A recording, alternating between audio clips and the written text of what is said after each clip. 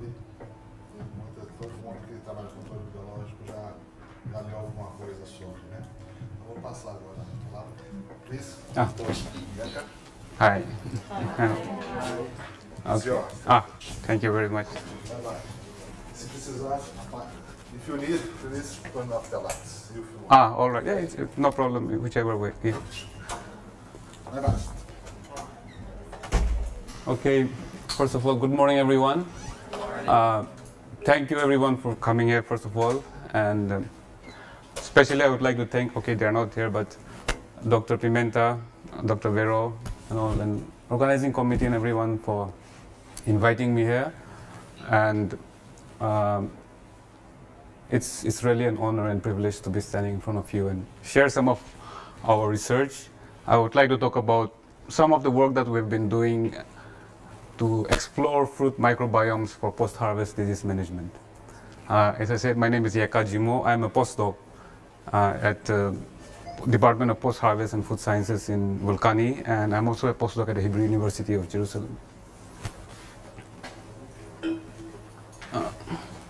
How do I? You have to say change, please. You have to say next. Oh, next. Okay. So before I start, I would like to introduce or mention our group. We at the Post-Harvest Lab in Vulcani is headed by Professor Samir Drobi. Some of you might know him. And we have another research, Shiri, who is also a computational biologist. And we have technicians, I would like to mention Oleg and Shoshi. And there are postdocs, Antonio, Vijay, and Ajay, who are not with us anymore, but Vijay and me, we are the current members of the lab. And we have also been in constant collaboration with Michael Wisniewski. Some of you might know. He has retired, but he still continues to mentor us. And I'd also like to mention Susan Whitehead from Virginia Tech and Ahmed from ATB Potsdam in Germany, who we collaborate and trying to study this fruit microbiome. Next, please. So just briefly, I'm sure you're all aware, but I'll introduce you to post-harvest fruit pathology. So fruits, when we harvest fruits, and as we all know, I will not go into details, but fruits is very indispensable part of our human diet. And fruit production everywhere is important for a country's economy and creating jobs and all. And so fruit production industry is very important for any country's growth. And it is estimated that, especially in developing countries, up to 50% of losses in fruits are lost due to decays, and mostly these decays are caused by post-harvest fungal pathogens. When we take a healthy fruit, because we study mostly on apples, so I'll be talking about apples mostly, and see what's there on the surface of the fruit. If we plate them on a normal potato dextrose agar, we see that there is a plethora of microorganisms, and most of these microorganisms include fungal pathogens like Botrytis, Penicillium, Staphylium alternaria. And these pathogens are present on the fruit surface. They might look healthy, but if they are not managed properly, they cause fruit decay during storage. And this necessitates the importance of studying fruit pathology. I would just like to stress upon that. Next, please. So just a brief idea about diseases and decays on fruits. So most of the fruit fungal pathogens are caused by some bacteria and almost entirely by fungal pathogens. And they can occur at any stage of the fruit during its growth in the field or after it's harvested, during grading, packing, storage, and even transportation. They could be grouped generally, classically, into two groups. The wound pathogens are called necrotrophs, which cause decay in the fruit once they get an opportunity to infect it on the wound sites. Normally, that happens after harvest. Or those fungal pathogens, what we call hemibiotrophs. They usually appear before the fruit is even harvested in the field, and they remain latent, quiescent. But after harvest, when the fruit ripens and it's a conducive environment for the fruit, it germinates and starts to act like a necrotroph and cause decay. So just a general idea of what are what we are dealing with post-harvest pathogens. And yeah, next. So generally, so far, as always, chemical fungicides have been used to control this post-harvest diseases in fruits. And this can be done either on the fruits in the tree itself before the fruit is harvested. It's usually done just a few weeks before the fruit is harvested, or in majority of the cases, the post-harvest application of chemicals is done after the fruits are harvested, and it's done through various means like sprayers, deep tanks, drenchers, and wax sprays, where washing and all those things are done. Next. So we all are aware of issues with chemical fungicides. Nowadays, the supermarket chains and suppliers who control all the market, they are very competitive in terms of finding chemical-free products. And there is an increased pressure for produce free of chemical residues, like I said. And the core issue is development of resistance by these fungal pathogens. After some time, they no longer become active. And because of this, many key fungicides have been withdrawn from the market. Next, please. So, in order to counter this problem, so researchers have focused on other methods, cultural methods, where proper practices of sanitation and handling practices will prevent a lot of decays. Physical methods like cold storage, controlled atmospheric or modified atmospheric storage is also another method. And there are reports of heat treatments using heat and irradiation and all this. These are also emerging technologies which can prevent fungal decays. Another main way is using a biological approach, and it can be done by using microbial antagonists or natural products derived from microbes, which can be used to and I would like to focus on these microbial antagonists. Microbial antagonists are, let's say in simple terms, microbes that can prevent infection process and stop decay in the fruits. Next, please. So I'll take you back about biological control and how it first began in terms of post-harvest science. So it all began in 1984 when Charles Wilson and Poussey in the USDA, they published a feature article where they used a bacteria called Bacillus subtilis. They tried to use this Bacillus subtilis by inoculating this Bacillus subtilis on peaches which were infected with a fungal pathogen called Monilinia fructicola. And they showed that this bacillus at varying degrees of concentrations, the more they used the amount, they could see that this bacteria could completely inhibit this Monilinia fructicola pathogen, and as such it can be used. They showed that this can be an alternative, this can be used to control these post-harvest diseases. And there were some few reports of biological control on post-harvest, but this paper was the first article which gave a foundation for post-harvest science to continue. And after this, immediately, Samir Drobi from Israel and Michael Wisniewski, they were all working together. They picked up from here, and they initiated this research on post-harvest food sciences on a big scale.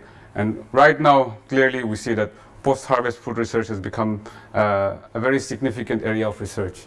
And this is how post-harvest food research began. Next, please. So biological control of post-harvest diseases. The first thing that we always think of is, the first step is always to search for a biocontrol agent, is to find a candidate biocontrol agent that can be used to control this post-harvest disease. So based on evidences through their experimental work, they realized, Charles Wilson and his group, they realized that the fruit surface itself contains some bacteria, some fungi, some yeast, which itself possess some antagonistic activity against these fungal pathogens. So based on this, they published an article where they showed a selection strategy, how to select these microorganisms to use against this decaying on the same fruit. And how they did that, they obtained the fruit washings. They washed healthy looking fruits. They got that fruit washing and they placed that fruit washings on the fruit surfaces and inoculated with the pathogen. They kept it for some time and they realized that some fruits did not develop any disease, even if there was a presence of these pathogens. So they selected those fruits, and from the wounds, they dissected that wounds and they plated it on different media. And after several dilution plating and so on, they isolated potential antagonistic bacteria and fungi that can be used against these post-harvest diseases. Next. So that's how it's done. When you identify a potential antagonist, what we do in the lab is we test them against different pathogens, different fruits, under different conditions. What we need is a broad spectrum. It's better that an antagonist has a wider activity, not only on one specific pathogen or a crop, but it is of a better economic value if it can be used against a wide range.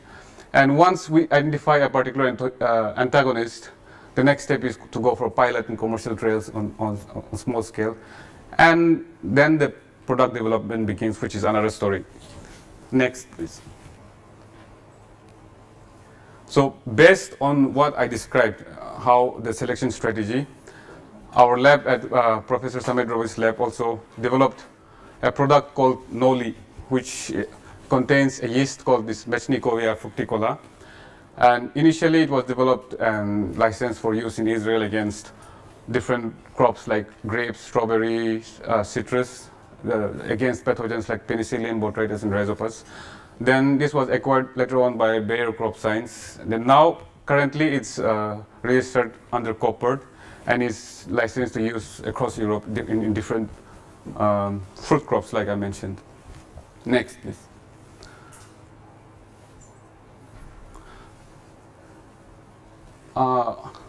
Okay, I'm sorry, because I made my slides in such a way that there will be so many overlaps. So it's not the way. Okay. So okay.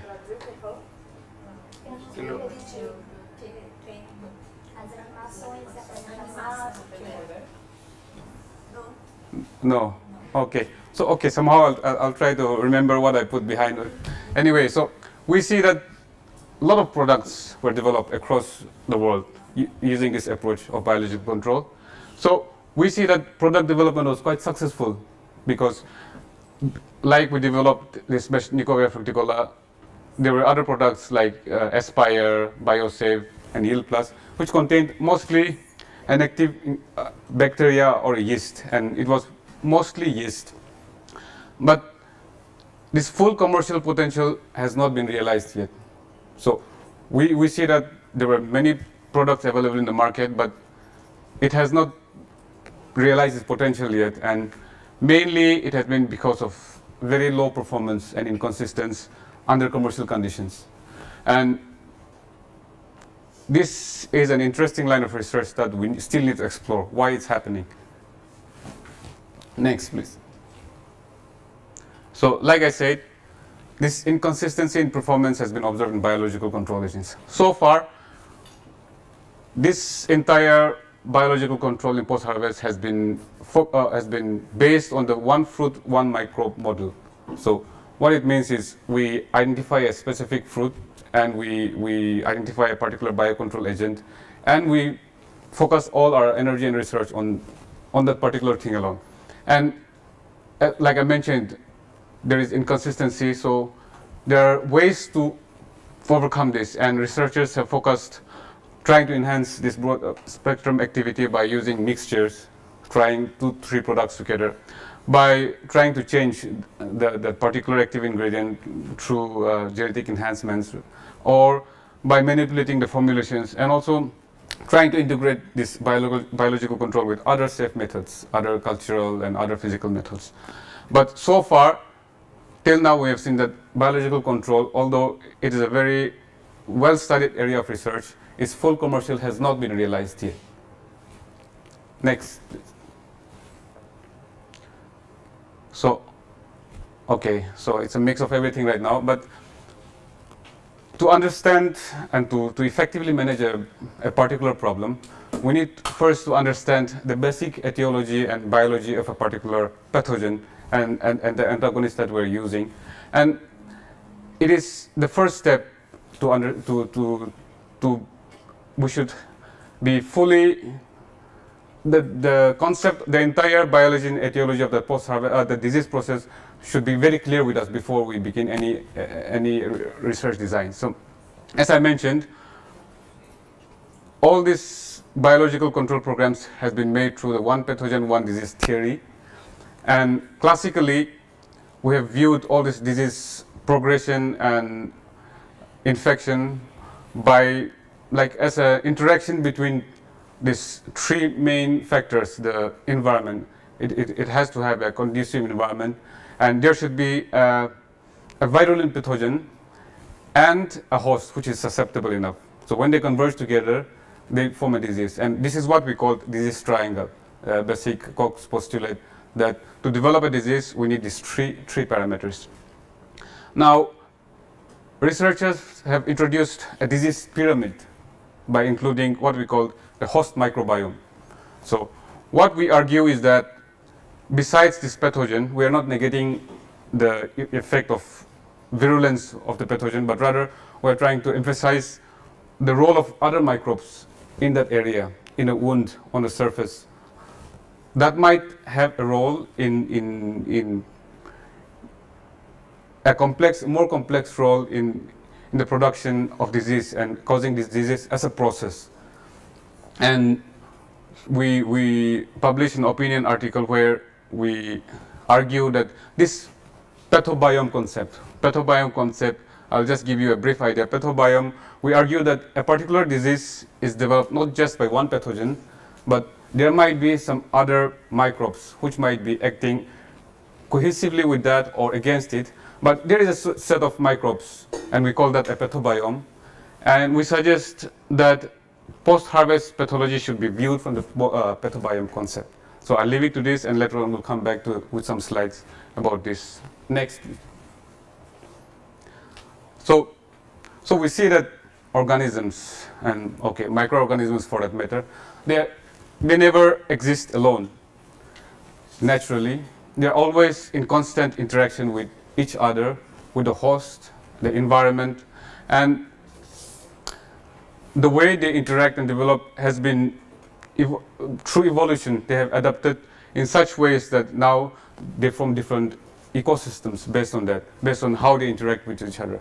And interactions generally could be of different types, like mutualism, where both the parties are benefit from each other, predator-prey, amensalism, competition, where both are affected, neutralism, where there is an interaction but there is no positive or negative effect in both the cases, or commensalism. And all these interactions are happening simultaneously. And the problem with studying these interactions, especially in complex ecosystems like microbes, is that these microbes, they exist in terms of millions in any ecosystem. So to focus on one particular microbe and to see what's the interaction based on just that does not give us a conclusive idea of what's happening there.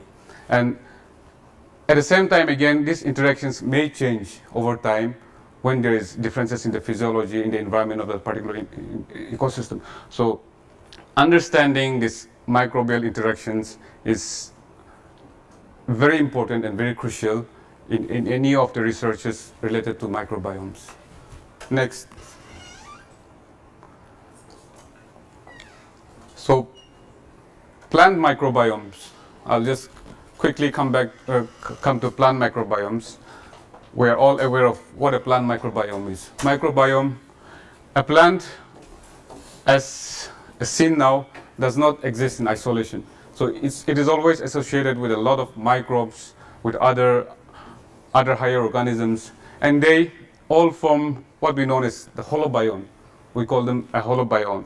And plant microbiome, if we compartmentalize it, so it could be the soil microbiome around the plants. It could be the rhizosphere microbiome, which is soil just around the root surfaces, or it could be the endophytic microbiome. Endophytic microbiome is those microbes which are present inside the roots or the stems or inside the tissues. and the phylosphere microbiome, generally described as the leaf surface microbiomes, which are inside or on the surface of the leaves, or even the air surrounding the plant. These all constitute the plant microbiome.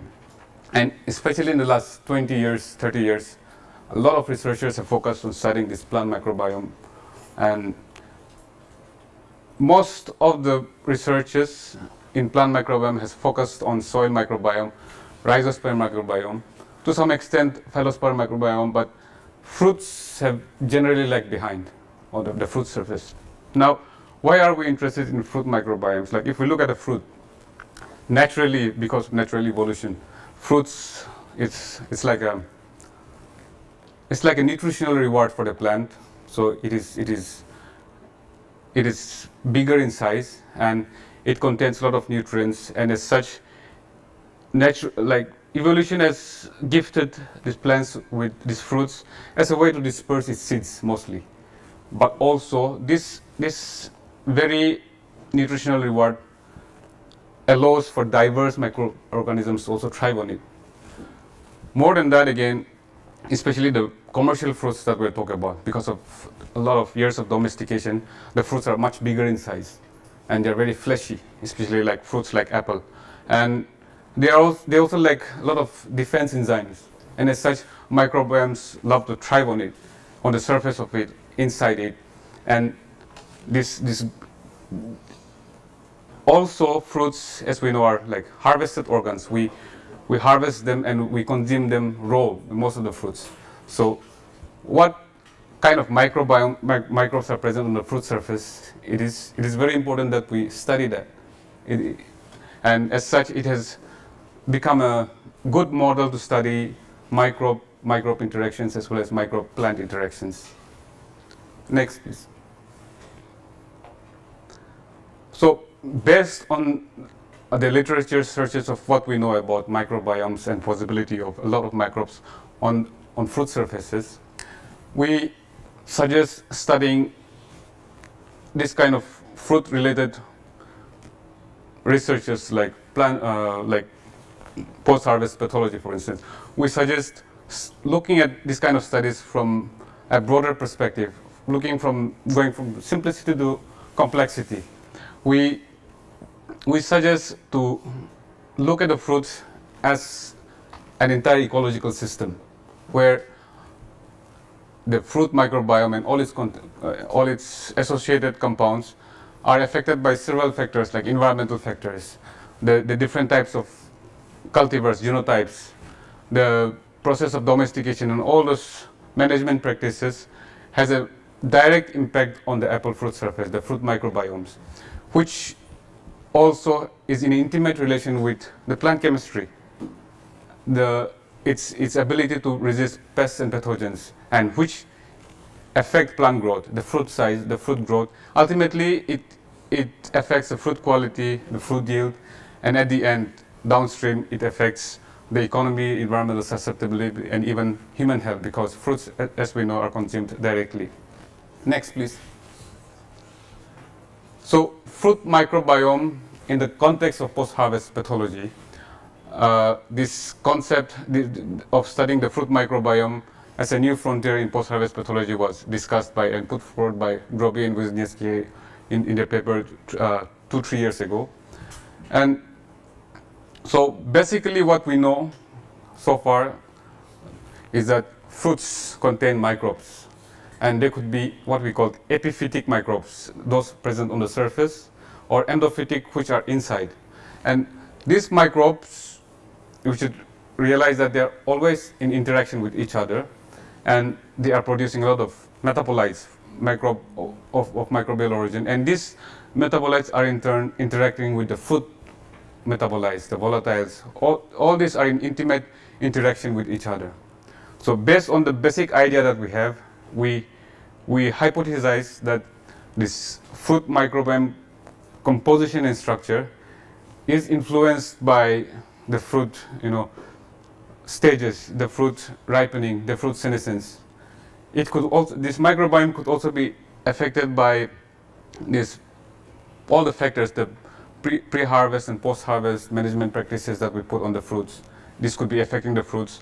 And all this could be influencing the fruit microbiome structure and composition, and at the end it responds according to its physiology as well as its management practices. So there is a lot of interaction going on, and it has a direct impact on the post-harvest fruit pathology. So some of the core questions that we would like to ask about whilst we study the fruit microbiome is to know if there is a core microbiome. A core microbiome is a set of microbes, like in the gut. This concept came from human microbiomes, like the gut microbiome. There are certain groups of bacteria which are present irrespective of where it originates from any humans, or whether it's diseased or healthy looking patients or healthy humans. So there is a set of core microbiome which exists invariably. So we would like to answer whether fruits in general have a core microbiome, whether there are certain groups of yeasts or bacteria or fungi, whatever it is, that exist. We also would like to answer some of the questions about whether genotypes, different fruit genotypes, different fruit cultivars, has any effect on the composition of the microbiome, and if we can develop and utilize different functional microbiomes, or how can we utilize this knowledge of the microbiome to develop biological solutions to disease, to enhance a biocontrol effect, for instance, and at the end, as such, help in the quality and food safety solving all these problems. Next. So how do we study fruit microbiomes? So generally, I divided them into 3 groups. The culture-dependent group called the culturomics, or the DNA-based analysis, where we analyze the DNA, or the RNA-based analysis, what we call the functional analysis. In the culturomics, we simply isolate and grow as much bacteria, yeast, whatever is present on the fruit surface by using enhanced media and so on. And we identify them, we sequence them, we identify them, and we see what is there on the fruit surface. Now we have DNA-based technologies where we collect all the microbiomes. So microbiomes generally is defined as the entire genomic content of that particular sample. So in DNA-based analysis, what we do is we collect all the microbiomes by collecting the total DNA. Then we sequence them either by specifically sequencing one particular marker genes like 16S RNA, and try to identify what is present there. Also, we do that by metagenomics or shotgun metagenomics, where we isolate all the genes possible. We sequence all the genes possible, and which has more information than amplicon-based method of this analysis. And in both this culturomics and DNA-based analysis, we get an idea of what is there on the fruit surface, their taxonomy, their phylogeny, and what is their diversity, the abundance of each species. And in general, we get an idea of the relative abundances of all the species. The functional-based analysis is more complicated, and more targeted, where we go for just the RNA, the mRNA. Then we try to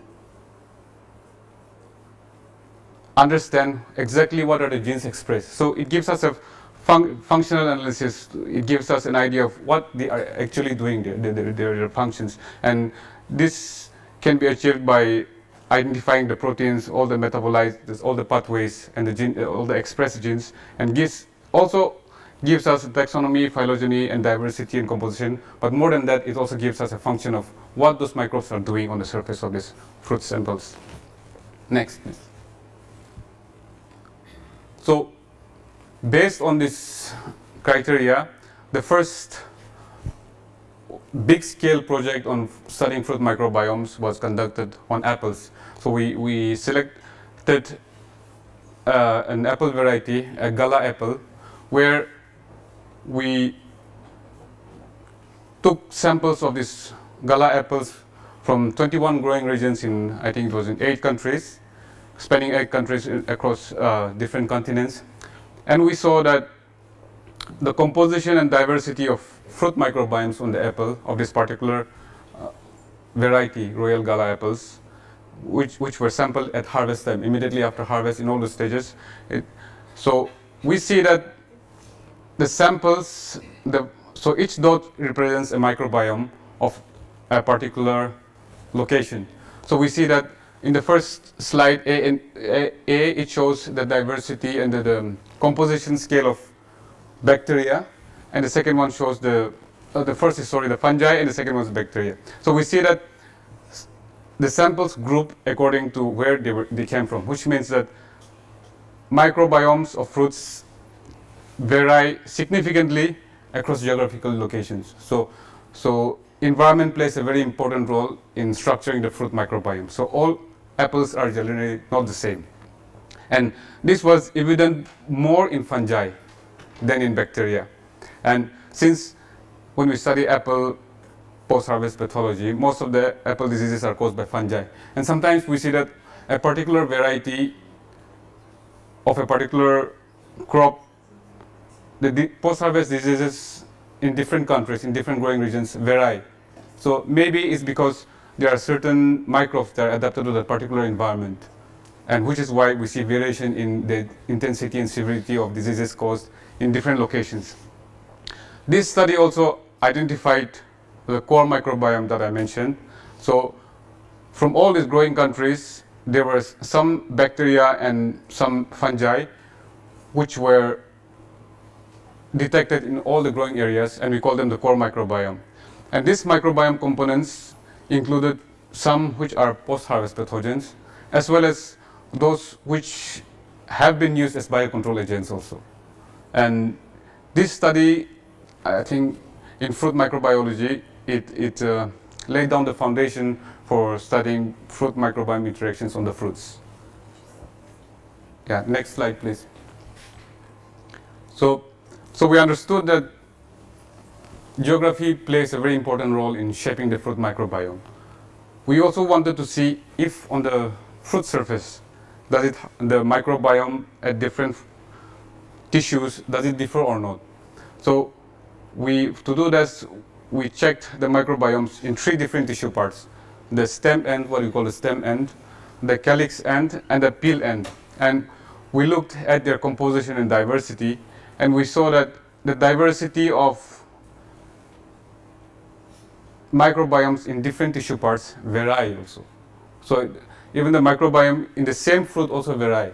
So we see that, for instance, the bacterial diversity was higher at the stem end, whereas the fungal diversity in the second graph, you see that the peel had lower diversity than the stem end or the calyx end. So the basic takeaway was that fruit microbiome also varies between different tissue parts. Next, please. So to look at the different tissue parts, the microbiome diversity brain tissue parts, in a similar study, Ahmed et al. Also studied the effect of these management practices, specifically washing. Generally, after fruits are harvested commercially, they're washed and they do the waxing. So they wanted to see what is the effect of this washing and waxing on the fruit microbiome. So they realized that washing the fruit alone decreases or influences the diversity of the microbiome in both bacteria and fungi. But they realized that the calyx end that I mentioned, the bottom end of the fruit, washing did not impact its diversity. It was only after waxing, after washing, that the diversity in the calyx end also decreased. Otherwise, washing itself did not affect the diversity of calyx end, whereas the peel as well as the stem end showed drastic reduction in the diversity. So we see that management practices shape the fruit microbiome structure and composition, and waxing and washing of apples decreases the microbial diversity, and different tissue types respond differently to management practices. Next slide, please.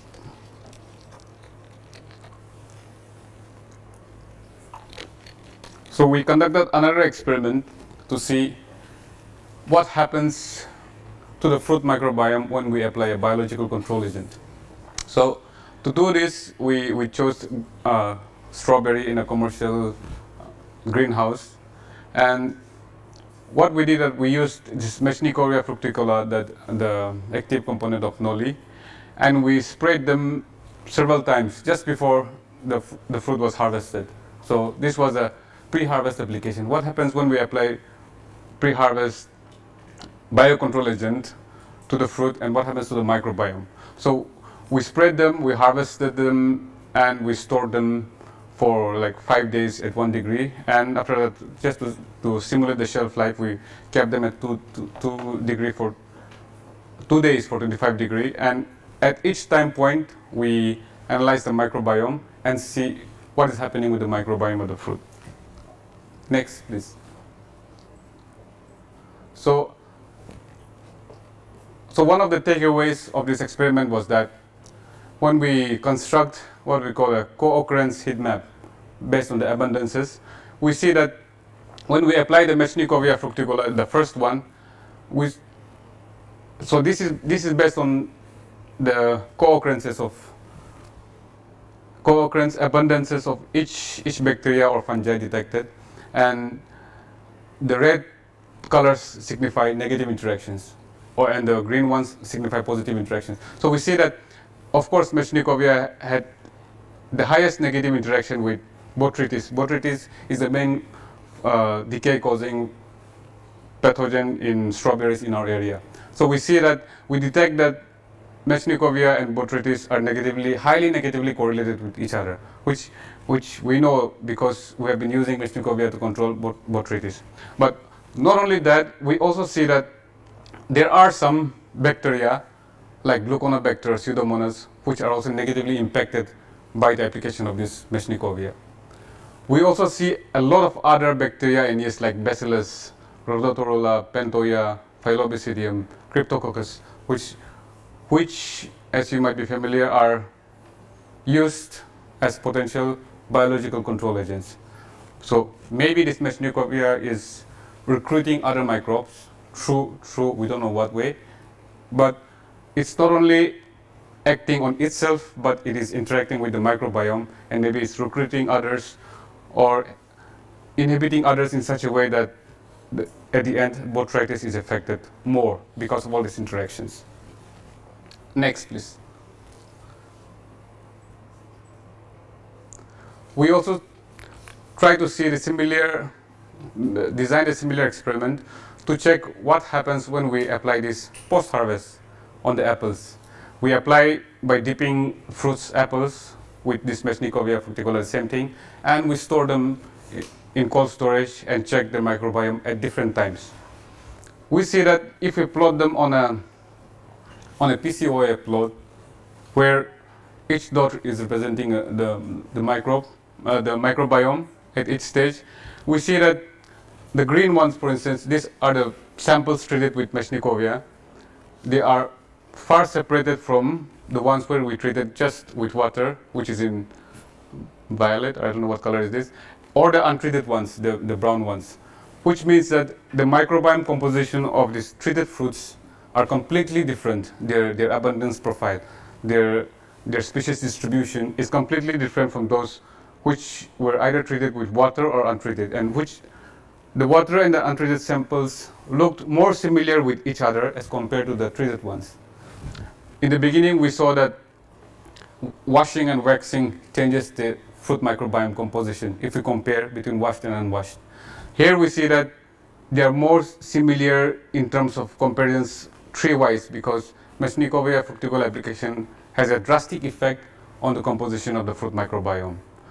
We also saw that many post-harvest pathogens, their abundances, the gene copies of many post-harvest pathogens like Alternaria, Aspergillus, Stemphylium, and so on, were decreased significantly in biological control treated fruits as compared to the washed or the unwashed ones. Next, please. So far, we have been whatever results that I showed you, all these studies have been based on studying the fruit microbiome at particular time points, mostly after harvest. And during storages, we follow it up. But we wanted to see how the microbiome actually establishes and what is the temporal dynamics as the fruit naturally grows and develops. So we designed an experiment using 3 cultivars, normal cultivars, Royal Gala, Granny Smith, and Golden Delicious. We collected the fruits. We sampled these fruits on a big orchard where all these 3 cultivars were grown, like a little away from each other. So that way we minimized the environmental effect to some extent. And so we selected 3 cultivars and we sampled the fruits at 6 stages. When the fruits were quite small, we called it fruitlet, like they put around 50-60 days after anthesis, after flowering. Then we followed it up by taking the same samples from the same marked trees at maturation and when the fruit was ready to harvest. And we harvested all the fruits, brought it back to the lab, and we stored them at 1 degree, simulating cold storage, and we sampled at monthly intervals. So the basic idea was to understand what is the temporal dynamics, what is happening with the microbiome, what kind of shifts are happening, basically. And we performed this by amplicon sequencing with 16S and the ITS, mainly to look at the bacterial and fungal composition. Next, please. So the first question that we wanted to ask was, what is the effect of fruit developmental stages in storage? Like I said, does it has any impact? The fruits from fruitlet stage, is it the same as during the harvest? So we see that if we construct PCOA plots based on this break or these dissimilarities and performed an analysis called Permonova, for each cultivar, like for Royal Gala, Granny Smith, and Golden Delicious, for both bacteria and fungi, this color of the dots represent different fruit stages. So we see that different fruit stages, the microbiome from different fruit stages, cluster together away from each other. So which means that the microbiome of fruit from each of the stages are different from each other. And statistically, we see that through Permonova analysis that they are different in case of both bacteria and fungi. So this answered our first question, that the apple fruit microbiome vary greatly in composition at different developmental stages and storage periods. So when we say the fruit microbiome, it differs widely based on other factors also, but also at what time we're talking about. During the fruitlet is completely different from during storage and harvest and so on. Next, please. So since we used 3 cultivars here, we also wanted to see if these 3 cultivars are different in composition of the microbiome. So as I mentioned, we sampled all these fruits from different cultivars from the same orchard. So we try to look at the composition similarly by constructing PCO plots, but now this time we look at each stage, what is the composition from all these 3 cultivars. Now the colors represent the cultivars, and we see that microbiome also varies between genotype. So the takeaway here is that the microbial community composition differs between cultivars consistently over time, right from fruitlet till storage. Next, please. So we see that both the stages of the development of the fruit as well as cultivars that we checked by designing the study, we see that there is variation because of all that.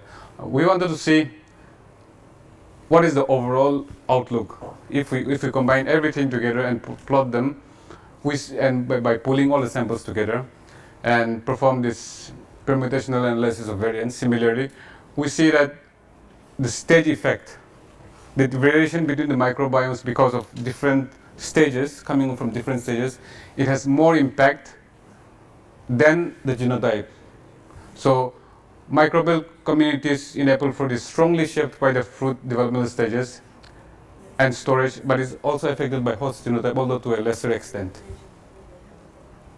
Yeah, next, please. So, in the study we also identified what we call the core successional microbiome. So previously I mentioned about core microbiome from apples, from different geographical locations. Now I'm talking about core successional microbiome, those microbes which are present consistently right from the fruitlet till the end. So irrespective of what stage it is, there are some microbes which are invariably present in high abundances. So we identified several taxa, 15 bacteria and 35 fungi, which we saw were present in all the tree cultivars and in all the stages of the fruit. When we look at the trend of the abundance profile of this, what we call the core abundant microbes, these are the main drivers, we see that their abundance generally decreased with increase in storage time and fruit developmental stages. This similar trend was also observed in the total abundance profile of those taxa which have been studied and identified as biocontrol agents. In green, we see that even their abundance also decreases. Whereas the plant pathogens, the potential probable post-harvest pathogens of apples, their abundance increased, and during storage they remained as it is, even at cold storage. We performed LEFC analysis. It's a way to identify certain components.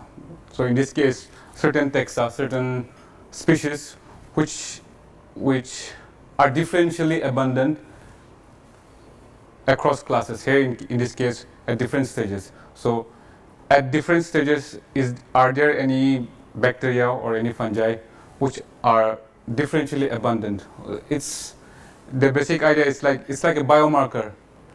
Are those yeast and bacteria which can distinguish the different stages based on the abundance profile? And we see that it's covered, but we see that during fruitlet and maturation phase, bacteria like Pseudomonas and Pentoya, in red and green as you see, they were the differentially abundant ones. Whereas as the fruit matures slowly, during the later stages, it was dominated more by Methylobacterium, Curtobacterium, and in fungi also, it's not visible here now, but we see that there were many species like Alternaria, Stemphylium and all, which were differentially abundant during the storage periods. Whereas the biocontrol agents, like we discussed, Vishnia cosima, Stemphylium, Aerobasidium and Pseudomonas, they were highly abundant during the early stages. If we look at some examples of specific amplicon sequence variants, species, for instance, Pseudomonas, Pentoya, Aerobasidium and Vishnia cosima in the first lines, in all the three varieties, their abundance was very high and which decreased slowly, whereas genera like Cladosporium, Stemphylium, Alternaria, their abundance increased gradually and remained high during the storage periods. And these are potential post-harvest pathogens in apples. So identifying these core taxas or these differentially abundant taxas is very crucial as they have co-evolved with the fruit. And we assume that they are very strong colonizers because they remain all the while throughout the storage period, right from the fruitless stages. And to understand how they interact with each other, with others and with each other and with the host. And the interactions among the core microbial taxa may play essential roles in observing community change over time. Maybe they are the ones which drive the entire microbiome structure to such a state where it remains healthy, or they will drive the microbiome towards what we call diseased assemblage, giving rise to what we call the pathobiome thing. Next, please.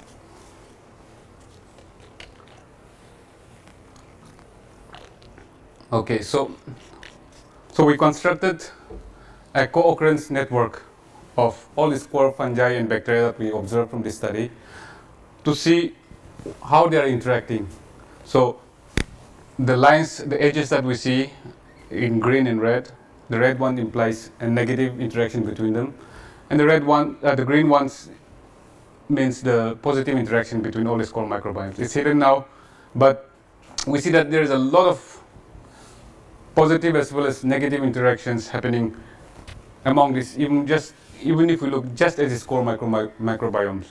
And this kind of networks can be studied at all the different stages and see whether this is consistently there in all the cases or it's changing. And we realize that some of the interactions remain the same throughout the stages and the storage periods, whereas in some cases there are positive interactions in the beginning, but slowly it turns to negative interactions, and so on. So co-occurrence network analysis is very important, and this is how we identify the hub species.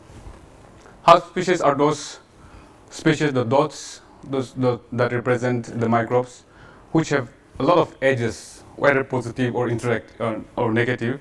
So which means that maybe they are the central roles. They play a central role in, like I said, in shaping and directing the fruit microbiome to whichever kind of assemblage it is, whether it's healthy or a diseased one. Next.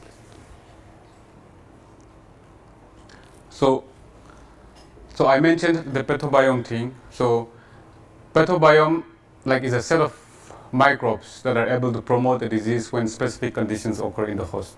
So this is also a concept borrowed from the human microbiome, and we suggest that in a healthy microbiome there is a high diversity of microbes consisting of many beneficial bacteria that are interacting with the pathogens, like with other factors, the fruit metabolites and everything, and as such it keeps the fruit healthy. But under a conducive environment, as the fruit ripens and so on, and as the main pathogen becomes more virulent, maybe the presence of some of these bacteria or some of these yeasts or some of these the fungi, maybe their presence or absence is aiding in changing this healthy microbiome to a pathobiome. And we would like to know what are the changes in this microbiome that cause this susceptibility to certain diseases, and also if there are any critical temporal windows during which these changes must occur to cause diseases. Next, please. So we conducted a small experiment where we took an apple fruit, and since most of the post-harvest pathogens are wound pathogens, they require wounds. So we choose wounds as a model to study this pathobiome. We inoculated the wounds either with Penicillium expansum. Some wounds we let it remain just as it is, or in some wounds we inoculated this Meshnikovia to see what is the effect of this biocontrol agent. And in some wounds we inoculated with Penicillium and inoculated with Meshnikovia, where we postulate that it will control the Penicillium, but we wanted to see and compare what is the response of the microbiome. And we stored them to let the disease develop in the wounds that we inoculated with Penicillium expansum, and we sampled the microbiomes from these tissues at different stages. Next, please. So one striking result that we saw was that the samples that we treated with the pathogen, the wound, the diseased microbiome, diversity remained almost similar to the uninoculated ones. The red ones is the one inoculated with the pathogen. But after 1 day of inoculation, the diversity here measured by the Shannon index dramatically decreased. Whereas those that we treated with Meshnikovia in the wounds where it was just Meshnikovia, or the ones with expansum, we see that the diversity decreased in the beginning, but slowly it built up the diversity. The microbiome diversity increased in those tissues where we inoculated with Meshnikovia fructicola. And we I won't go into details, but we see that their composition varied greatly when we compare the wound size, the microbiome wound size of all the 4 groups. And we also see the abundance profile of the main bacteria and fungi that we see, that identified from this. And when we look at the abundance profiles, from all the groups, we see that there is a distinct abundance profile at each storage time, during each storage times, in each wound sites. And we also see that, observe that there's a lot of positive and negative interactions, like I mentioned, and which differs. In some cases, they are similar to each other, but the interaction between these core microbiomes in the wound sites also differed according to where it came from, whether it was a healthy one or a diseased one. And yeah, next.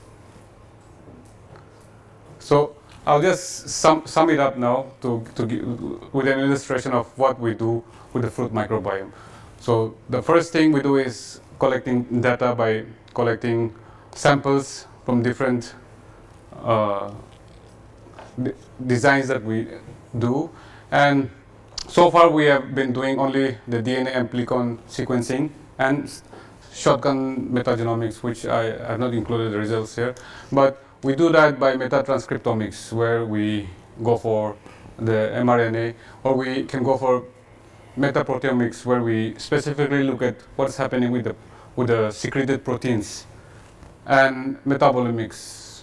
And we perform data analysis like clustering, correlation networks, and computational simulations. And from the results from this are analyzed functionally by using cultures that we have previously isolated from that. We perform all these predictions and try to validate what we get out of all these simulations. Then we try to design a synthetic community which could vary in number, like 2, 3, 4, whatever. And we use this synthetic community to apply on the fruit, try to identify what temporal stage that we need to identify, and we apply on the fruit, and we hopefully try to prevent this pathobiome from happening based on whatever predictions we made in these studies. Next. So I'll conclude, still summarize. The fruit microbiome contains millions of bacteria and fungi, and it is affected by several factors: the geography, the genotype, and even the tissue types. And it also reflects the different cultivation practices. And together, that is why fruits form a functional unit. We also saw that a set of core successional microbiome exists, which includes pathogens as well as biological control agents, and they are found naturally on the community. And microbial indicators at different developmental stages may be used to predict post-harvest loss, what we call microbiome tracking. And we have also seen that there is a significant change in the microbiome diversity due to post-harvest fungal infection when this pathobiome occurs. And the interaction among microbes through microbial network inference is critical to identify especially the candidate biocontrol taxa and to design synthetic microbial communities. And more research is needed in order to understand how these microbial communities of fruits can influence the fruit characteristics, how it will in fact influence the physiology and disease resistance, and it's a promising area of research.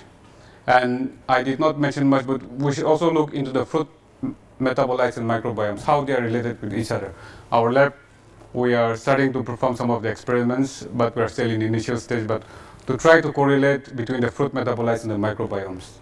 And we should always keep in our mind that when we define a healthy microbiome, we should also incorporate the potential effects on the human microbiome, because most of the time we focus only on stopping that particular decay. But as we know that fruits are consumed as it is, we should also look into the effect of it later on in the our human body. So that's it. Thank you very much for listening. Thank you.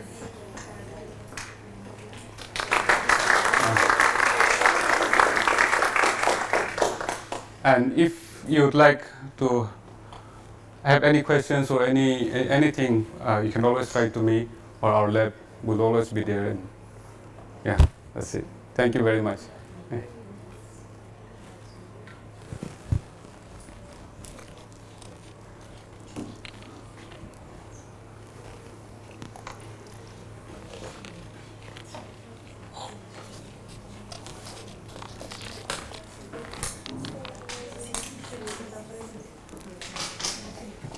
Sorry. Si alguien quiere hacer preguntas, podemos traducir para él. La dicen en español y se la traducimos, si quieres. I have a question. Yes. Yeah.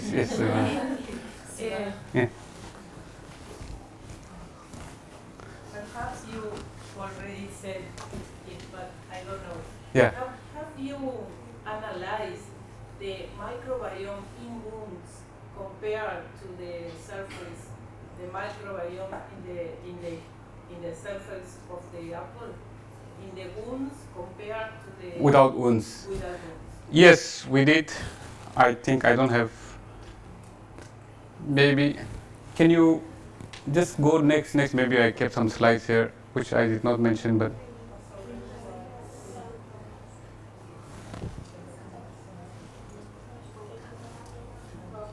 No, forward.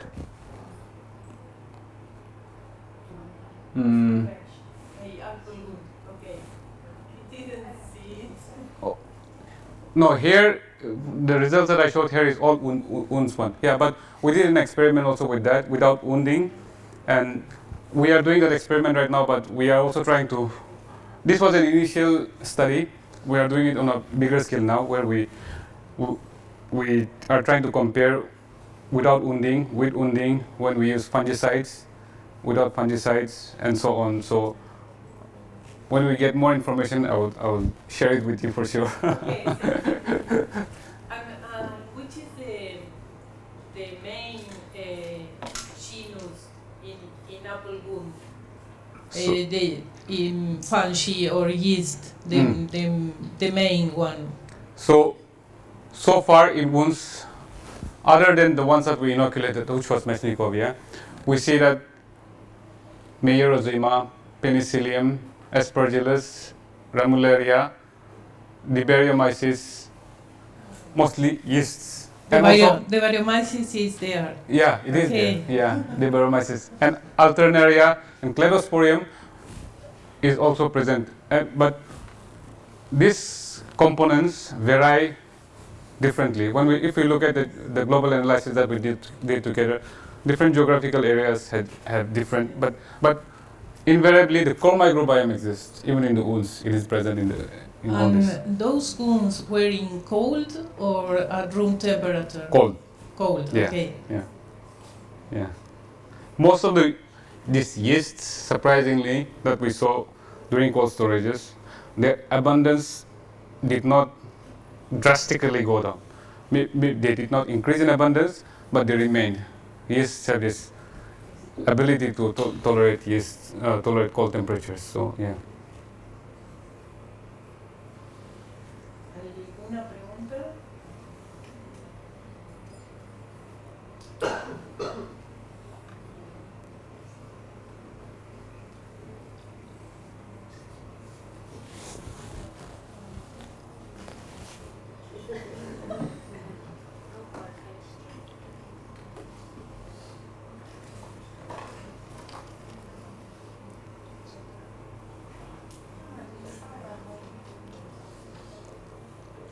Did you analyze another fruit like pears that are stored almost the same temperature as apples? Right and the now, same pathogens. Yeah, we would love to. Right now, we're working only on apples. Yeah, but we would love to. Perhaps it's similar because we found the Variomyces Okay. that control Penicillium expansum well in apples and also in pears. Also in pears. I see. Yeah. Perhaps. I think because although there is variation in physiology and the content, but basically the idea is the same. And in parallel with all this specifically identifying, we're also trying to look into the ecological perspective of how generally these microbiomes exist on the fruit surface, be it on the fruit surface or phyllosphere or the rhizosphere. The basic ecological models remain the same, whether it's affected by the environment, what we call the deterministic factors, or what we call stochastic factors, where it's random drift. You don't know why it's happening, but it's happening.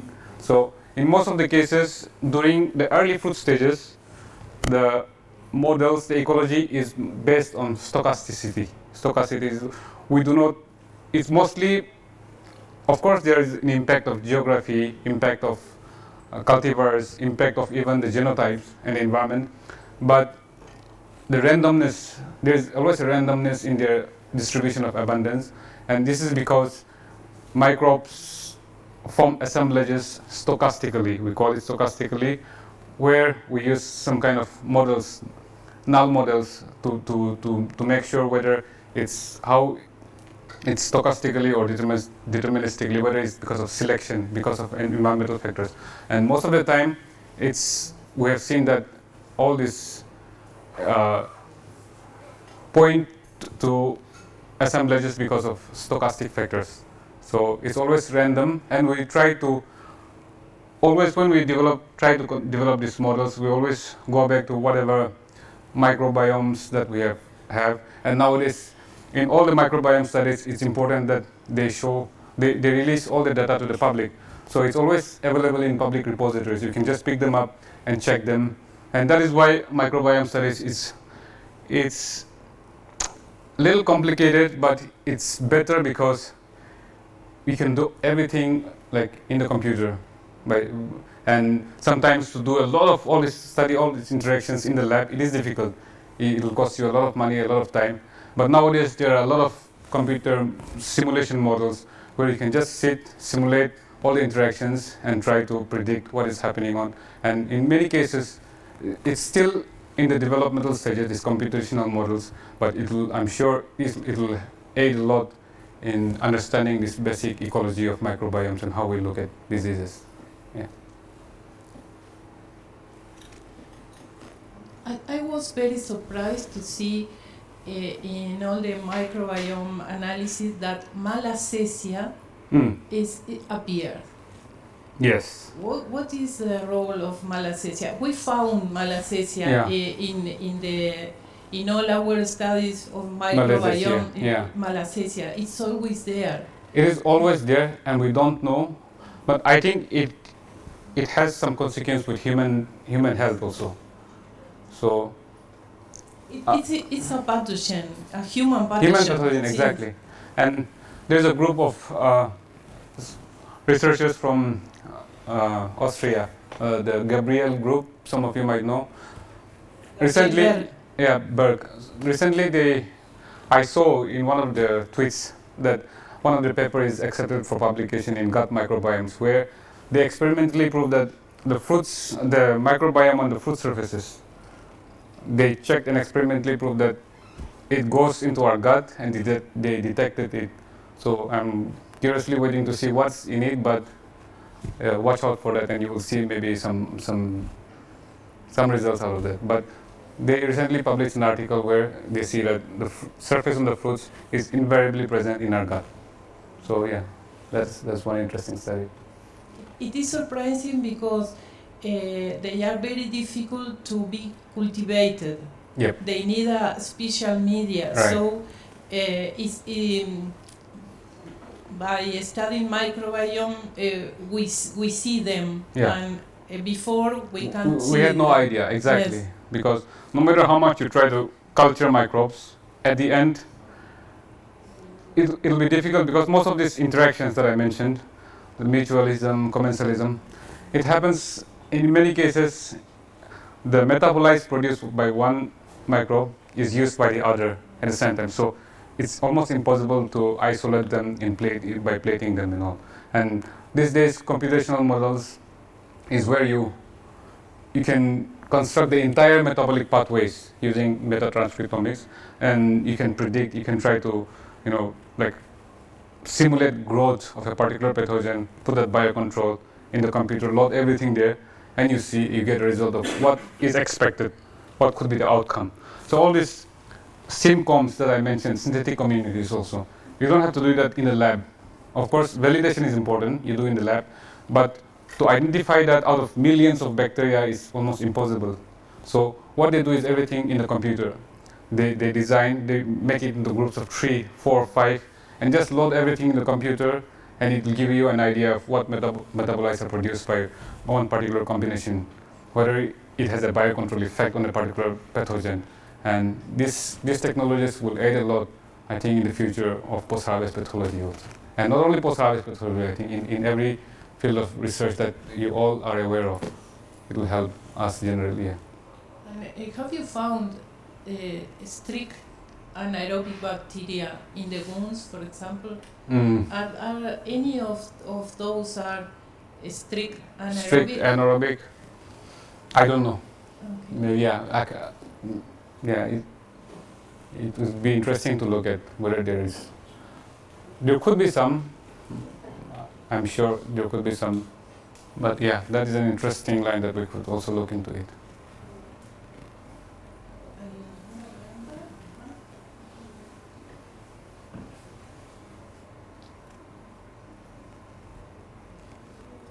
Okay. Thank you very much. Thank you. No more questions. No more. I'm glad then.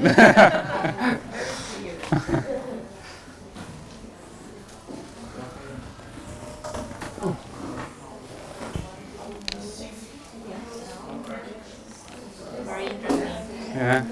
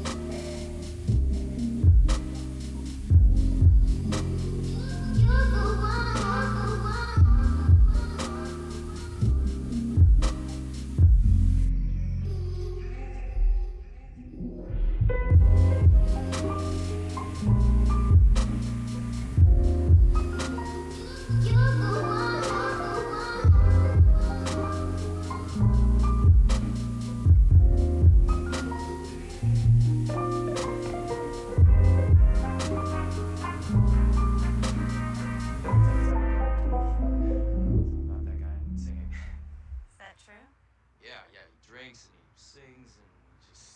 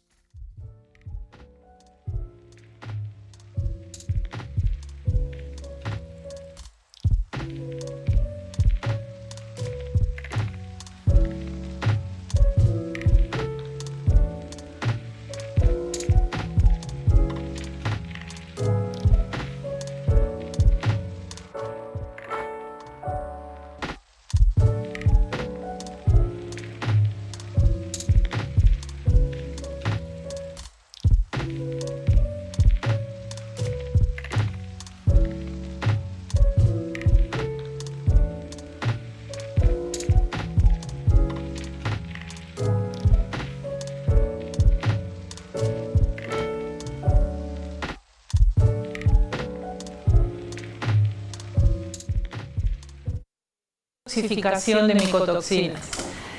Esto viene bien ahora porque ya hablaron un poco de control biológico, vamos a seguir hablando un poco más y les vamos a contar experiencias que nosotros hicimos en Uruguay. Yo les voy a mostrar una y después Erika y Mariana les van a mostrar otra.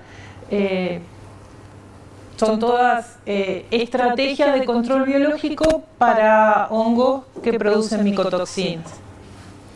La próxima. Bueno, ¿cómo podemos hacer la prevención y el control de las micotoxinas? Tenemos que lograr la prevención y el control de la contaminación con los hongos que las producen. Entonces, podemos hacer una prevención en campo porque nosotros vimos que había hongos micotoxigénicos que infectaban a los vegetales en el campo, pre-cosecha. Entonces, haciendo unas buenas prácticas, haciendo control químico o control biológico, podemos disminuir la infección de esos hongos patógenos. Y también podemos hacer una prevención y un control en la etapa de post-cosecha, especialmente para aquellos patógenos que se desarrollan en post-cosecha. Y entonces podemos hacer un control físico, cuidando la temperatura y la humedad, y también lo podemos unir a un control biológico. ¿Qué les parece un control químico en la etapa de post cosecha?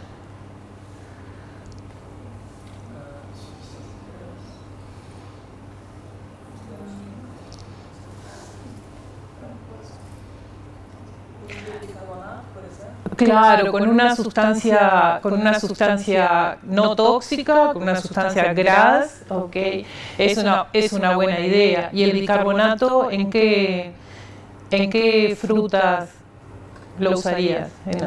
Capaz que tenías idea por eso. El bicarbonato se ha usado mucho en naranjas, en frutas cítricas. Se usa y funciona perfecto. Funciona muy bien. También hay control post cosecha con fungicidas. En Uruguay está aceptado, en otros países no.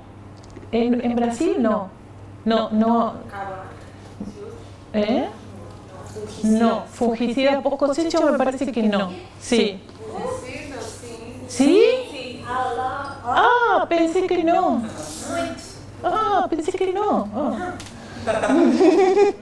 Bueno, también. Pero es una etapa muy cercana al consumo. Entonces hay que aplicar fungicidas que sepamos cuál es el tiempo de espera. O sea, los aplicamos y no podemos consumir el vegetal hasta que no haya pasado el tiempo de espera. Y bueno, y también tenemos estrategias de control biológico. La próxima.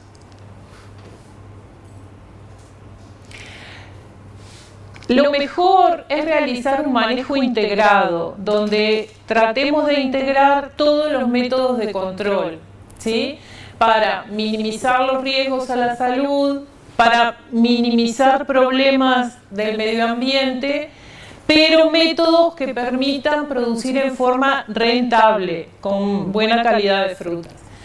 Entonces, para un buen manejo integrado se basa en una buena práctica de cultivo que permita minimizar los patógenos, el uso de métodos físicos o químicos, el control biológico y minimizar el control químico.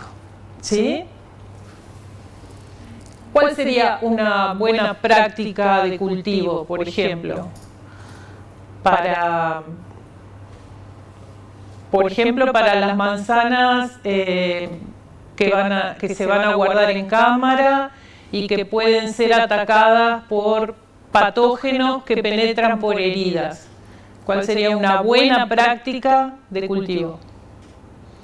No Brasil, a gente utiliza muito fosfato de alumínio, que é a fosfina, que é para o controle de pragas, para evitar essas perfurações, né, que ajudam na penetração do fungo. Sí, en el caso de las manzanas, las heridas no son por insectos. No, son heridas collect. Ahí está. Eso, exactamente. Hay que esforzarse en hacer una buena cosecha y no dañar la fruta. Y otra manera también, las frutas van a una cámara fría. Otra forma es tener una cámara fría limpia.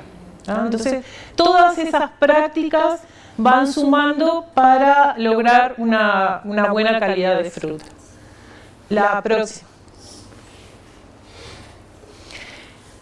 De todo esto, nosotros decidimos trabajar en control biológico y aquí tenemos una definición de control biológico. Hay muchas, nos gusta esta, porque se puede definir como la utilización de microorganismos residentes que ya estén en el vegetal o introducidos. Podemos introducir microorganismos en el vegetal para suprimir las poblaciones de patógenos, o sea, para disminuir la cantidad de patógeno o para disminuir la actividad productora de enfermedad. O sea, hay métodos de control biológico donde aplicamos un microorganismo antagonista y la población del patógeno disminuye.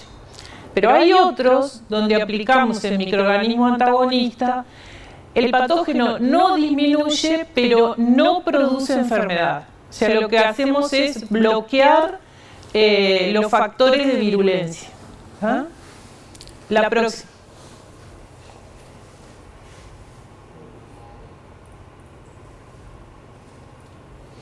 Bueno, en el laboratorio nuestro hemos trabajado en estas tres estrategias de control biológico. Un control biológico para evitar la fusariosis de la espiga causada por Fusarium graminearum en trigo. Otra estrategia que es de la tesis de Mariana, que es el control biológico de Aspergillus flavus en silos de sorgo. Y de lo que yo les voy a hablar ahora es del control biológico del Penicillium expansum en manzanas durante el almacenamiento post cosecha. ¿Se acuerdan que Penicillium expansum era un hongo que producía qué micotoxina? Patulina, perfecto. La próxima. La próxima. Bueno, la producción de manzana en Uruguay está resumida aquí y seguramente los números para ustedes son mínimos. Para Uruguay es enorme, pero para ustedes esto es, les debe dar risa esto, muy pequeño. Bueno. Las principales es la principal producción de árboles de hoja caduca es de manzana y las principales variedades son la Granny Smith y la Red Delicious. La manzana se cosecha entre febrero, marzo, abril, ¿sí? Y luego se cosecha y se guarda en frío. Y tenemos fruta para todo el año. Vamos sacando fruta de la cámara. ¿Para qué se conserva en frío? Para mantener la calidad de la fruta, porque la fruta sigue viva, sigue respirando. Si la dejamos a temperatura ambiente, va a madurar. Entonces, en frío, todo metabolismo disminuye y la fruta puede vivir, puede estar fresca durante muchos meses. Y además, al conservarla a baja temperatura, los patógenos, el desarrollo de los patógenos disminuye, ¿sí? Y se almacena a una temperatura muy baja, entre 0 y 1 grado. La próxima. Sin embargo, a esa temperatura tan baja, igual tenemos desarrollo de patógenos, ¿sí? Recuerden que esta fruta puede estar guardada entre 6 y 8 meses en la cámara. Y los principales patógenos son el Penicillium expansum, Botrytis cinerea y Alternaria, especies de Alternaria. nosotros vimos que la alternaria causaba corazón mohoso, pero también puede causar daño en heridas, ¿sí? El principal patógeno es el Penicillium expansum. La próxima. Bueno, el daño que causa el Penicillium expansum es una podredumbre blanda que se desarrolla a partir de heridas, ¿sí? El Penicillium expansum no puede degradar la cáscara de la manzana, entonces solo penetra por heridas o por las lenticelas, que son unas aberturas naturales de la fruta, pero principalmente por heridas. Si la manzana no tiene heridas, no hay casi desarrollo de Penicillium expansum. Y como sabemos, produce una micotoxina llamada patulina. La próxima. ¿Qué es lo que se hace con las manzanas en Uruguay? Las manzanas que siguen el destino de la producción integrada, ¿sí? Las manzanas se cosechan y se van a conservar. Si se van a conservar por menos de 3 meses, la fruta se conserva sin ningún tratamiento, se lleva a la cámara, sin nada. Si se va a conservar más de 3 meses, se le aplica a la fruta difenilamina, cloruro de calcio y un fungicida, ¿tá? Que puede ser tiabendazol, iprodione, y luego se almacena en frío. ¿Por qué esta diferencia? Menos de 3 meses y más de 3 meses.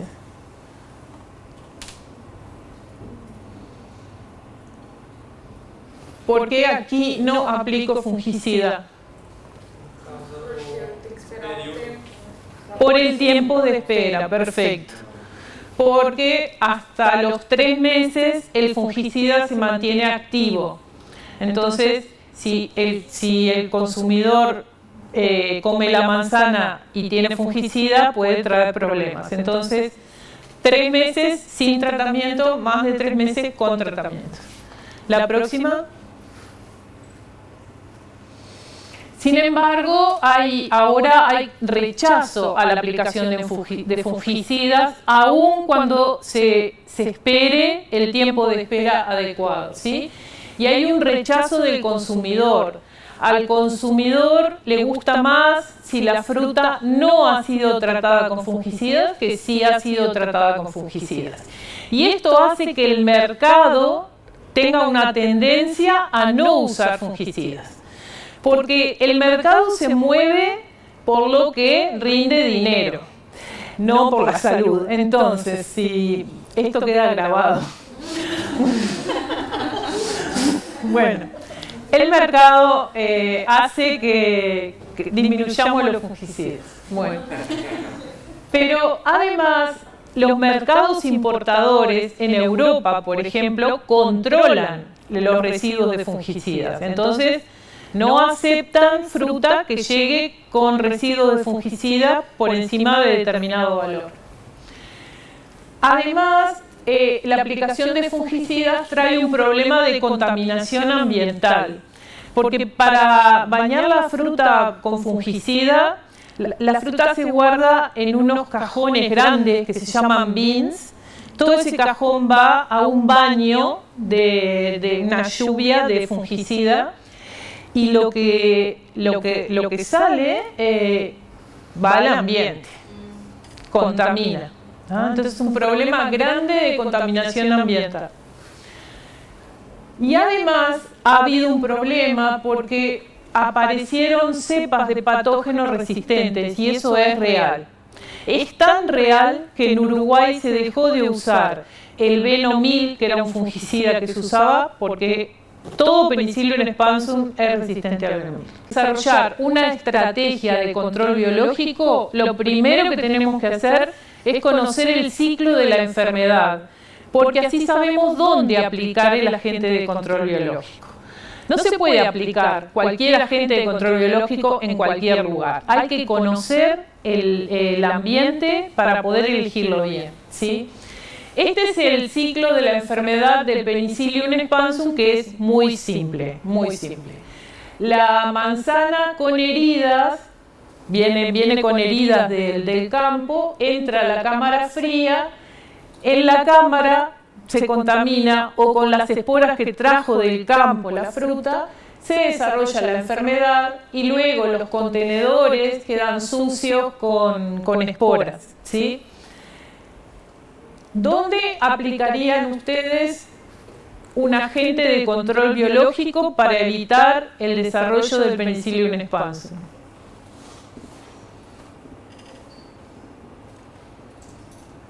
El Penicillium expansum dijimos que entra por las heridas, ¿sí?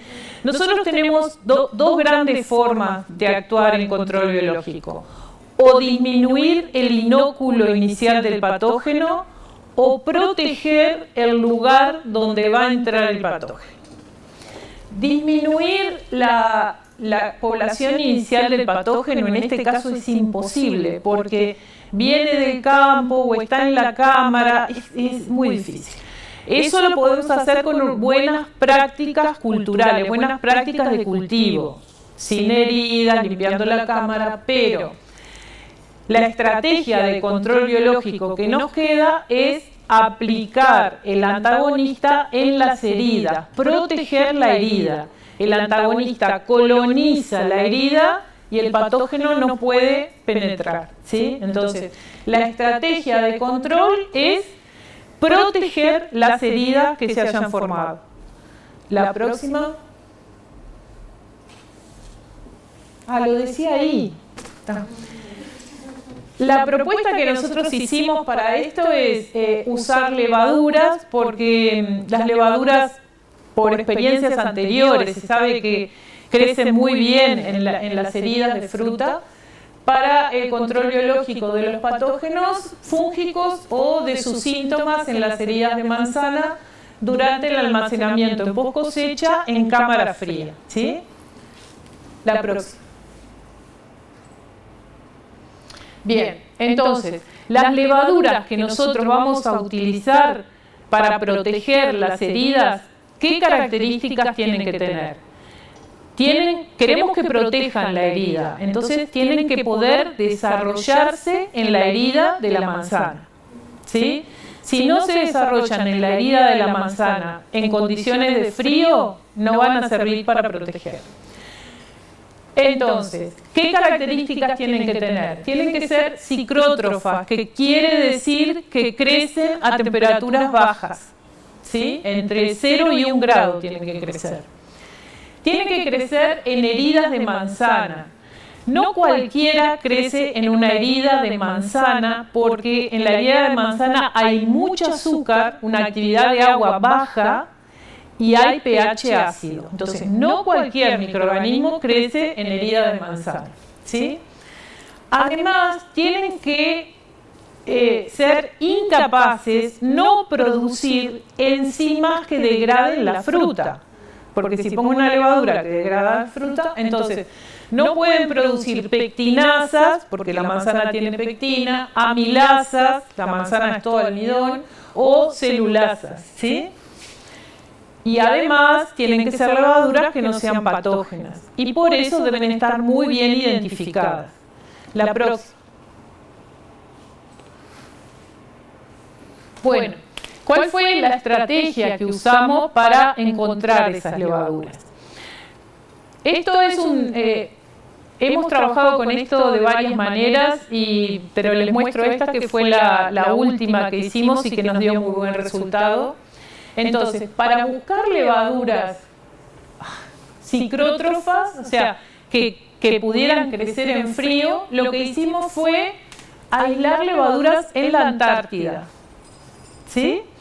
Y aislamos levaduras de muestras de suelo y agua. Hicimos una colección de levaduras que pudieran crecer a temperaturas bajas. La próxima. ¿Y cómo las seleccionamos? Teníamos todas esas levaduras, que eran unas 68 levaduras, que estaban todas identificadas a nivel de especie para poder separar las patógenas de las no patógenas. Teníamos 68 levaduras. Entonces, probamos a ver si ellas producían pectinasas, amilasas o celulasas y rechazamos las que la producían. Nos quedamos con 36, ¿sí? Lo otro que hicimos fue ver de esas levaduras cuáles podían crecer en jugo de manzana a temperatura baja. Jugo de manzana roja de Red Delicious, que era la que nosotros queríamos proteger. Todas pudieron crecer, ¿sí? Y luego lo que hicimos fue ver si podían crecer a 37 grados, como para descartar aquellas levaduras que podrían crecer a la temperatura del cuerpo humano. No quiere decir que sean patógenas, pero como podíamos elegir, porque teníamos muchas, decidimos hacer eso. Luego que nos quedamos con esas 36, el próximo paso, no hay otro método sencillo de seleccionarlas. El próximo paso ya fue hacer los ensayos de control biológico en la fruta, ¿sí? La próxima. Bueno, estos son los resultados que obtuvimos con las 36 levaduras.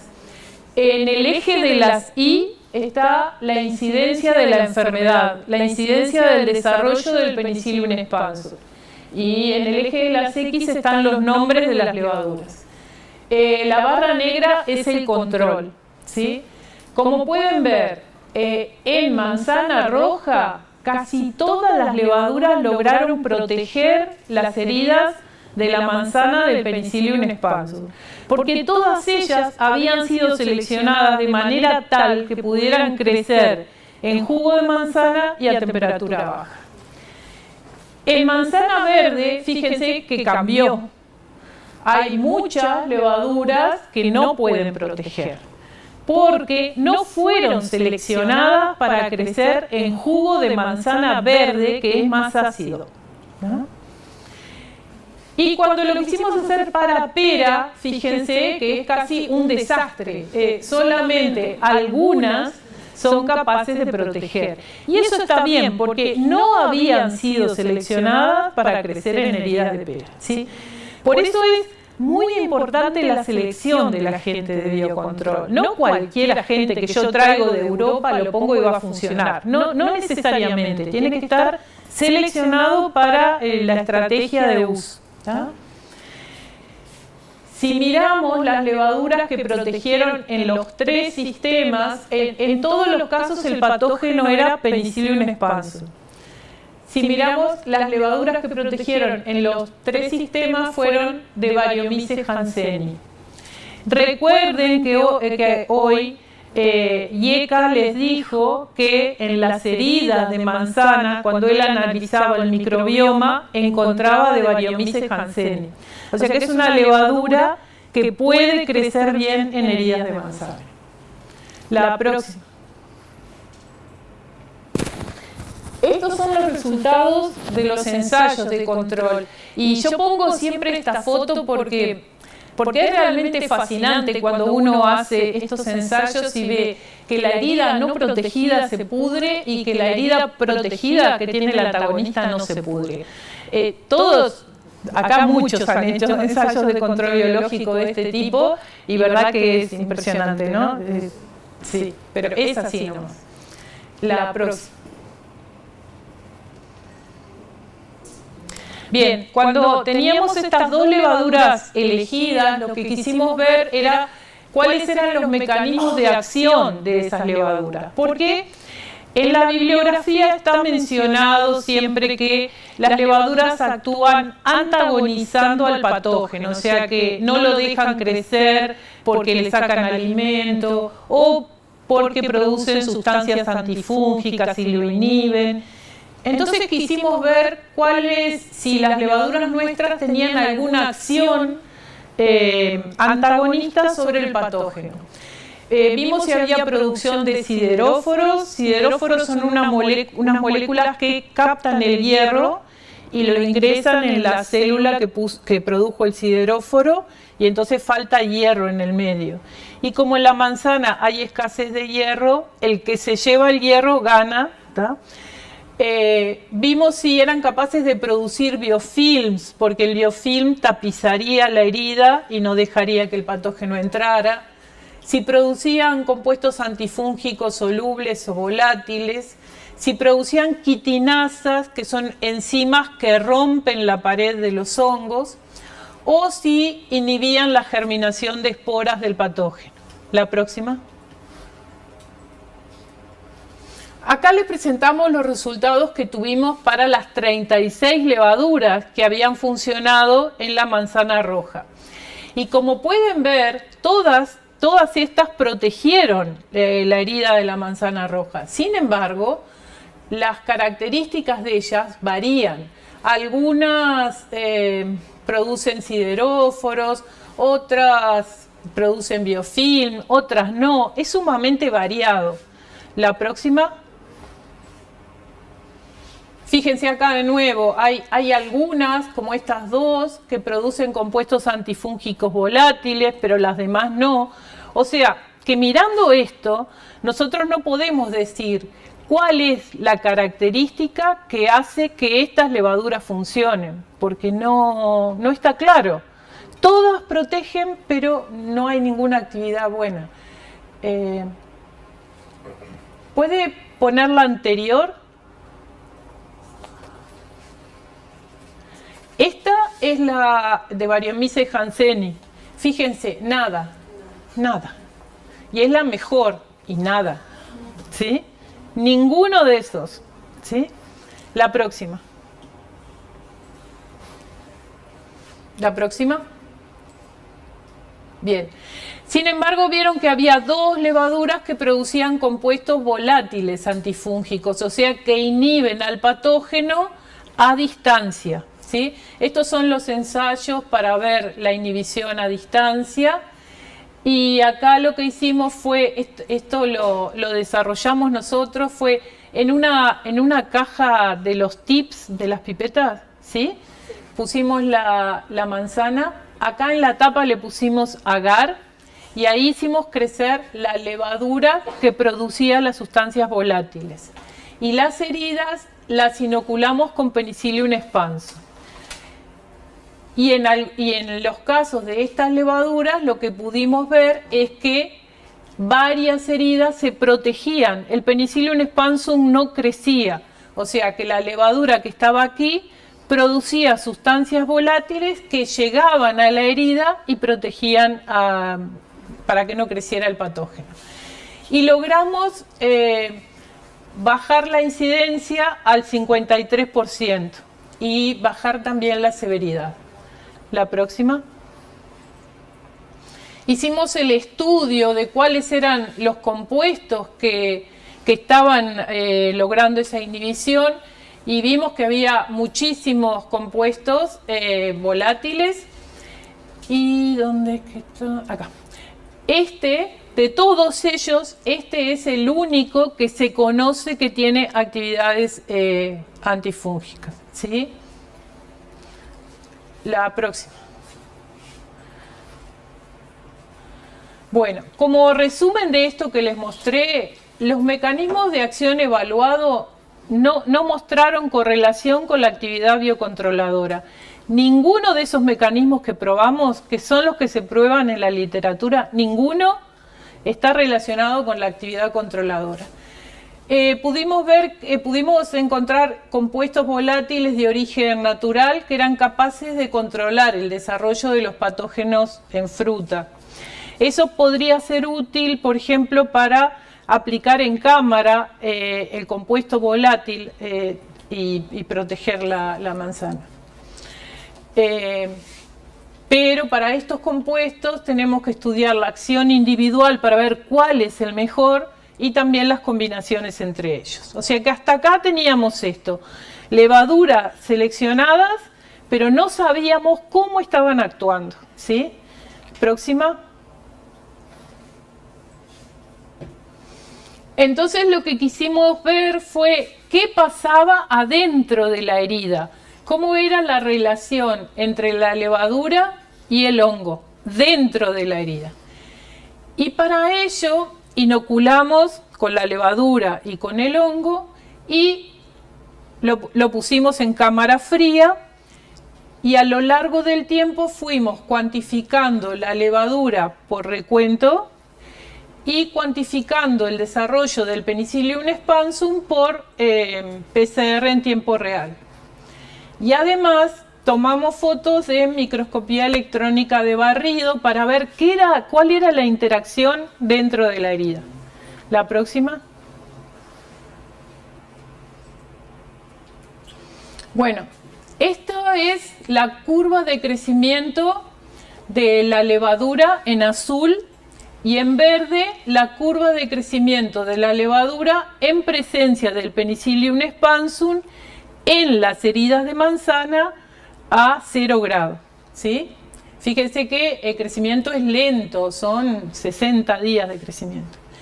Y esta es la microscopía electrónica de barrido de heridas inoculadas con la levadura. Ven que la levadura crece en toda la herida, ¿sí? La próxima. Y aquí les muestro un resultado que realmente nos sorprendió y con el que tenemos que seguir. Y es, en esta gráfica lo que vemos es el crecimiento del Penicillium expansum en rojo cuando está solo en la herida y en verde cuando está con la levadura, ¿sí? En aquella gráfica de allá vemos el desarrollo de la pudrición, ¿sí? En el tiempo, en rojo cuando está el hongo solo, en verde cuando está la levadura. Cuando está la levadura no hay pudrición. Lo que nosotros veíamos de esta gráfica era que cuando estaba la levadura, el hongo no crecía. Pero si analizamos esta parte de acá, que es esto que está acá, lo que podemos ver es lo siguiente. Cuando está la levadura, que es en verde, y cuando no está la levadura, el hongo crece. Ven que crece en los dos. Los primeros días, esto que acá se ve nada, si nosotros agrandamos eso, vemos esto. Los primeros días, hasta los 30 días, el hongo crece cuando está solo y cuando está con la levadura, ¿sí? En los dos casos crece. Sin embargo, llega un momento, después del día 40, que no crece más cuando está la levadura. Y sí sigue creciendo cuando está solo. ¿Y por qué sigue creciendo? Sigue creciendo porque produce pectinasas que rompen el tejido de la manzana y puede alimentarse. Y en el caso cuando está con la levadura, no produce pectinasa.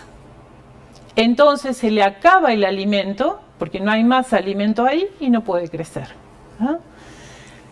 Lo que este resultado nos muestra es que la levadura no inhibe el crecimiento del hongo, sino lo que está inhibiendo es la producción de la enzima, ¿sí?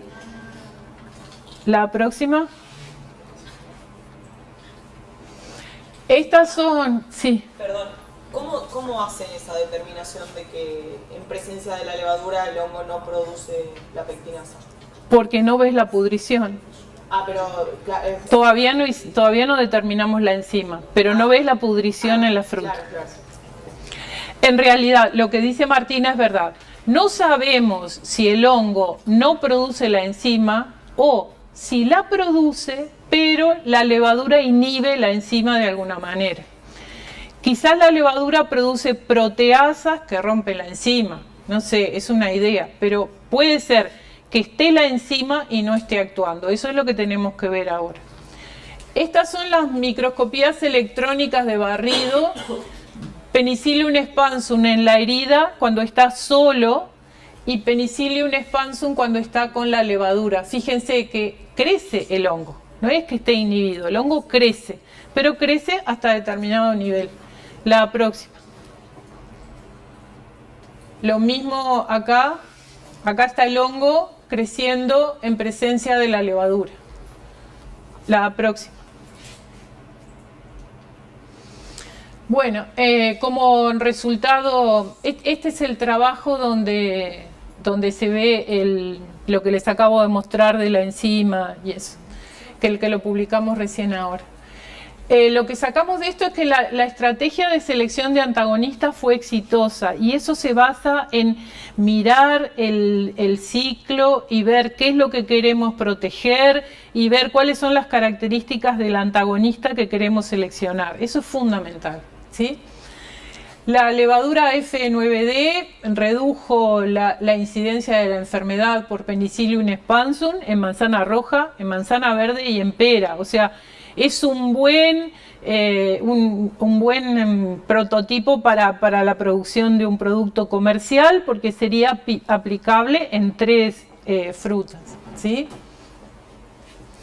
Los resultados que tenemos sugieren que la levadura se encuentra interfiriendo con la producción de los factores de virulencia del hongo, no con el crecimiento. Por eso les mostré la definición de control biológico hoy que decía inhibir el patógeno o inhibir los factores de virulencia. ¿Está? Bueno, la próxima. Con el control biológico terminamos y ahora les quería mostrar un poco, pero cortito, sobre los métodos de detoxificación, que sé que estuvieron hablando ya de esto, pero este trabajo nos muestra un esquema donde podemos ver que si no logramos el control del hongo, el hongo creció en el producto y se produjo la micotoxina, hay estrategias que nos permiten eliminar la micotoxina, ¿sí? Hay estrategias físicas como por ejemplo tratamiento con calor, con radiación o aplicar adsorbentes, tratamientos químicos como son el tratamiento con ozono o el tratamiento con ácido o con álcali, o tratamientos biológicos donde hay microorganismos que son capaces de degradar la micotoxina y la pueden degradar por enzimas extracelulares o incorporando la micotoxina a la célula y la degradan por enzimas intracelulares, o si no, absorbiendo la micotoxina a las paredes, que ustedes ya hablaron de eso con Juliana. La próxima.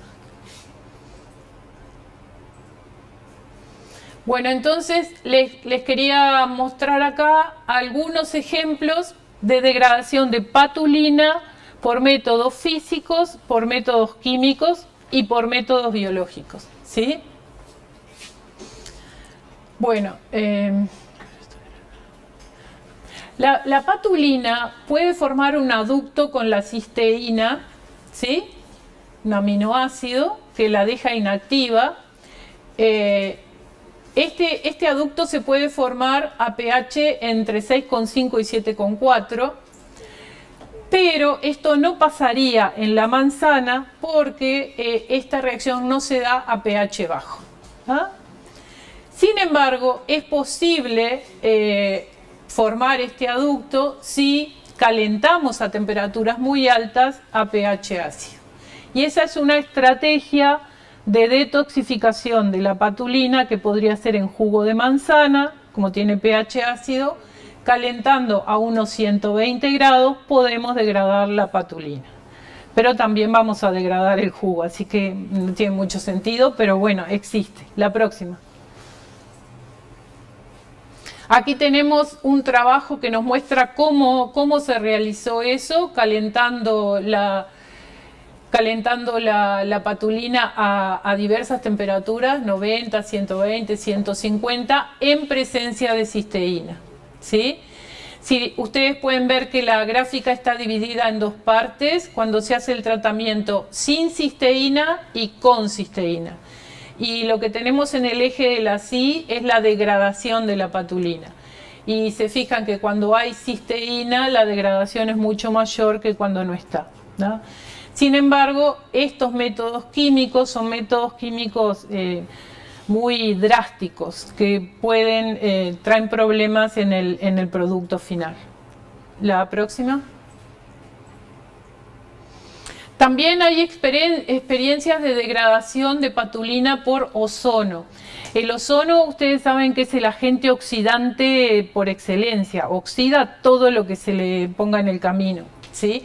Y ese es el modo de acción que tiene. Su modo de acción antimicrobiano es por oxidación.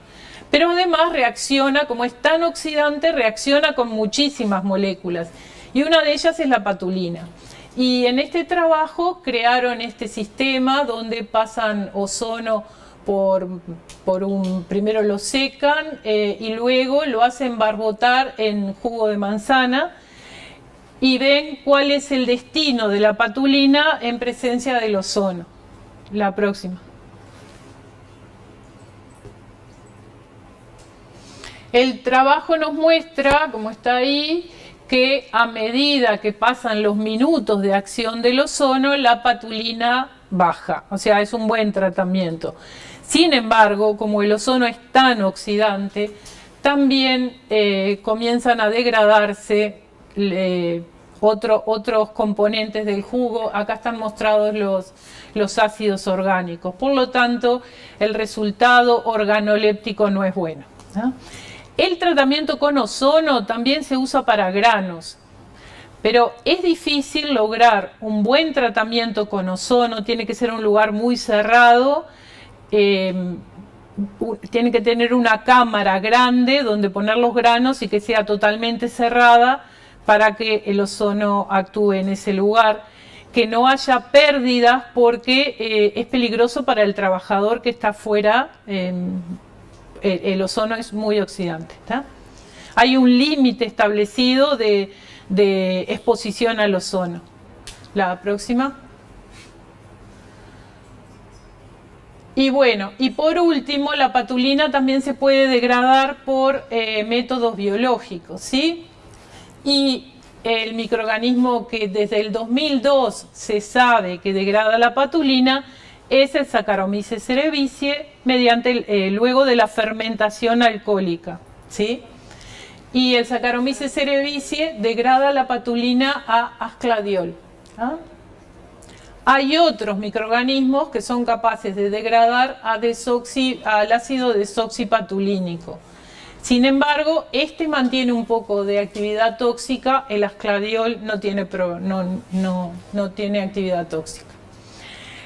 En lo que se está trabajando ahora, fíjense los años, son artículos nuevos, es en el uso de enzimas para degradar las micotoxinas. Porque, ¿cuál es el problema de aplicar un microorganismo en el jugo de manzana? Por ejemplo, el Saccharomyces. Yo quiero degradar la patulina en el jugo de manzana y pongo Saccharomyces. Voy a tener alcohol. Voy a hacer sidra, pero no voy a tener jugo de manzana. Ahí está. El agregar un microorganismo en una matriz alimentaria va a cambiar las propiedades organolépticas del material. Sin embargo, el uso de enzimas tiene mucho menos problemas, porque la enzima tiene una acción específica y nada más. Entonces, para degradar patulina se están probando diferentes enzimas y se encontró que una lipasa de una ralstonia reducía la patulina a niveles muy bajos, creo que la reducía en un 80%, y además mejoraba sensorialmente el jugo, es lo que ellos dicen. También, por ejemplo, un extracto enzimático de Pseudomonas aeruginosa. O sea, es como que a lo que tenemos que apuntar es a eso, a la búsqueda de enzimas y no de microorganismos que puedan modificar el alimento. La próxima. Esto es lo que ocurre con la degradación de patulina por Saccharomyces cerevisiae. Fíjense que en pocas horas de fermentación logra reducir el 100% de la patulina. Es realmente increíble, pero también tenemos producción de etanol. La próxima. Y esto les quiero mostrar, en nuestras levaduras de la Antártida, vimos si eran capaces de degradar la patulina, ¿sí? Entonces, las pusimos en jugo de manzana con patulina y vimos si había degradación de la patulina o absorción, ¿sí? Como pueden ver en la gráfica de allá, las levaduras crecieron bien en presencia de patulina. En negro está el crecimiento en el jugo de manzana sin patulina y en blanco con patulina, crecieron bien, sin problema. Y cuando hicimos el análisis de la patulina remanente en el jugo, luego de 2 horas de contacto, vimos que en ningún caso la patulina estaba degradada, la patulina seguía en el jugo, lo que nos indica que la patulina no estaba absorbida a las paredes, porque la absorción es inmediata, pongo y se absorbe, ¿sí? Pero si lo dejábamos actuar, lográbamos una disminución de la patulina, ¿sí? Esta es la disminución lograda con un Saccharomyces cerevisiae, fíjense que degrada casi todo, y esta es la lograda con nuestras levaduras. Esta es la levadura que nosotros seleccionamos y esta de aquí, que es la que degrada más, es la levadura que produce los compuestos volátiles, ¿no? Entonces, lo que nos está mostrando es que estas levaduras en la herida de la manzana inhiben el Penicillium expansum, pero además podrían degradar la producción de patulina que se podría haber formado durante el crecimiento del Penicillium en los primeros días, ¿sí? Es algo que debemos analizar, que todavía no lo analizamos, es en esas heridas que no se pudrieron, pero que el Penicillium expansum creció, ¿hubo desarrollo de patulina o no? ¿Sí? La próxima. Y esto, para terminar, les quería mostrar esto que es un trabajo muy nuevo que hay sobre la degradación de cearalenona por consorcios microbianos, ¿sí? Acá tienen, se puso en contacto en un medio líquido, se contaminó con cearalenona y se puso un consorcio microbiano y lo que se logró fue la disminución de la cearalenona y el crecimiento de ese consorcio microbiano, ¿tá? Como en la gráfica de colores ustedes ven en azul, no, en rojo ven la concentración, la degradación de la cearalenona y como pueden ver es mejor a temperaturas altas. O sea que lo que se encontró es que este era un consorcio termófilo que degradaba la patulina mejor cuando estaba a temperaturas altas. La próxima. Este consorcio funcionaba con alta contaminación con patulina y con baja y con alta, o sea, no funcionaba de cualquier manera, ¿sí? Y lo que tenemos ahí, es la acción sobre la cearalenona, dije patulina, perdón, la acción sobre la cearalenona de las células, el extracto celular intracelular o el sobrenadante. Y como pueden ver, la mayor acción sobre la cearalenona se obtiene cuando se pone en contacto con el sobrenadante del consorcio. O sea, el consorcio crece y produce una serie de enzimas que cuando se pone en contacto con la cearalenona la degradan. O sea, es muy auspicioso porque este consorcio produce enzimas que degradan la patulina, la cearalenona. Deberíamos seguir trabajando con esas, nosotros no, ellos, deberían seguir trabajando con esas enzimas para lograr el aislamiento de cuál es la enzima principal. La próxima. Esto que está acá, ¿qué es?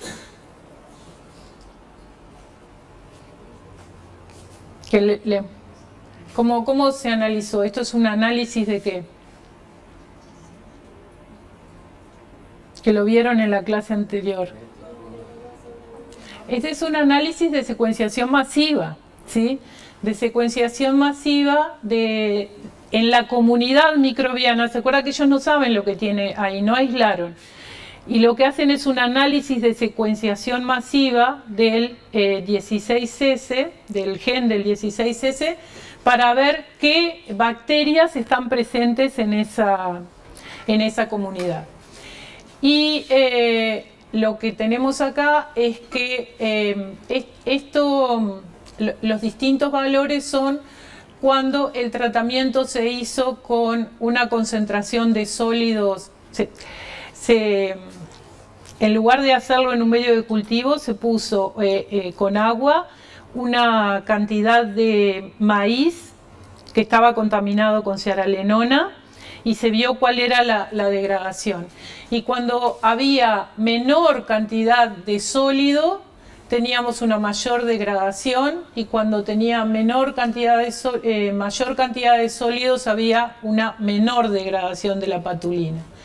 Y cuando teníamos la mayor degradación, los microorganismos que predominaban, fíjense que es totalmente diferente a cuando hay una menor degradación. O sea, que aquí deben estar los microorganismos que son los encargados de la producción de las enzimas que degradan la patulina, la cearalenona.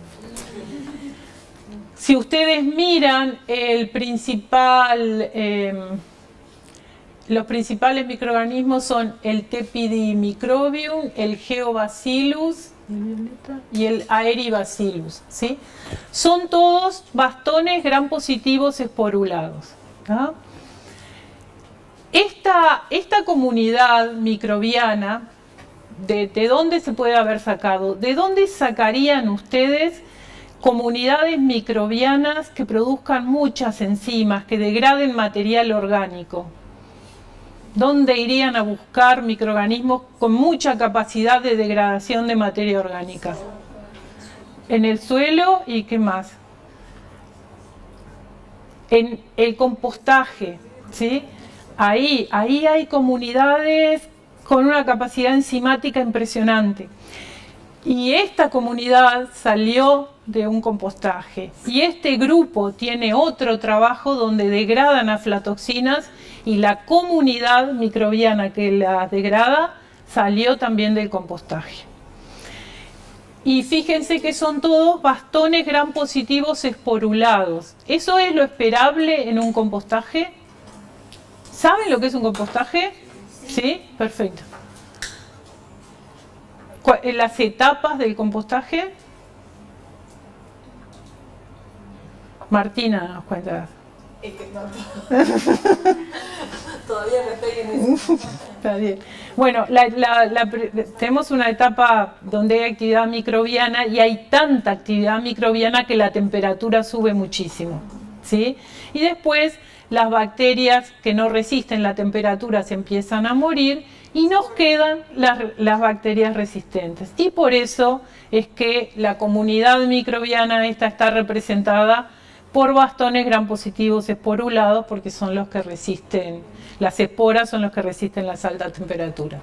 Pero esto yo se los quería mostrar para que vean que el compostaje es un lugar especial para buscar microorganismos con gran capacidad enzimática, con gran capacidad de degradación de materia orgánica.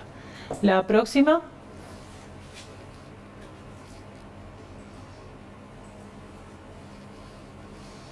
Ellos postulan que el mecanismo de degradación de la cearalenona por este compuesto es este que está aquí, y que termina, en la comunidad que vimos tienen bacterias aerobias y bacterias anaerobias, y lo que terminan diciendo es que la cearalenona se va degradando y termina entrando al ciclo de Krebs y se degrada totalmente a anhídrido carbónico. O sea, no tenemos producto, se degrada totalmente, es muy bueno este proceso, y lo que quieren hacer ahora es ver cuáles son estas enzimas para poder tenerlas y no usar los microorganismos, sino sus enzimas. La próxima.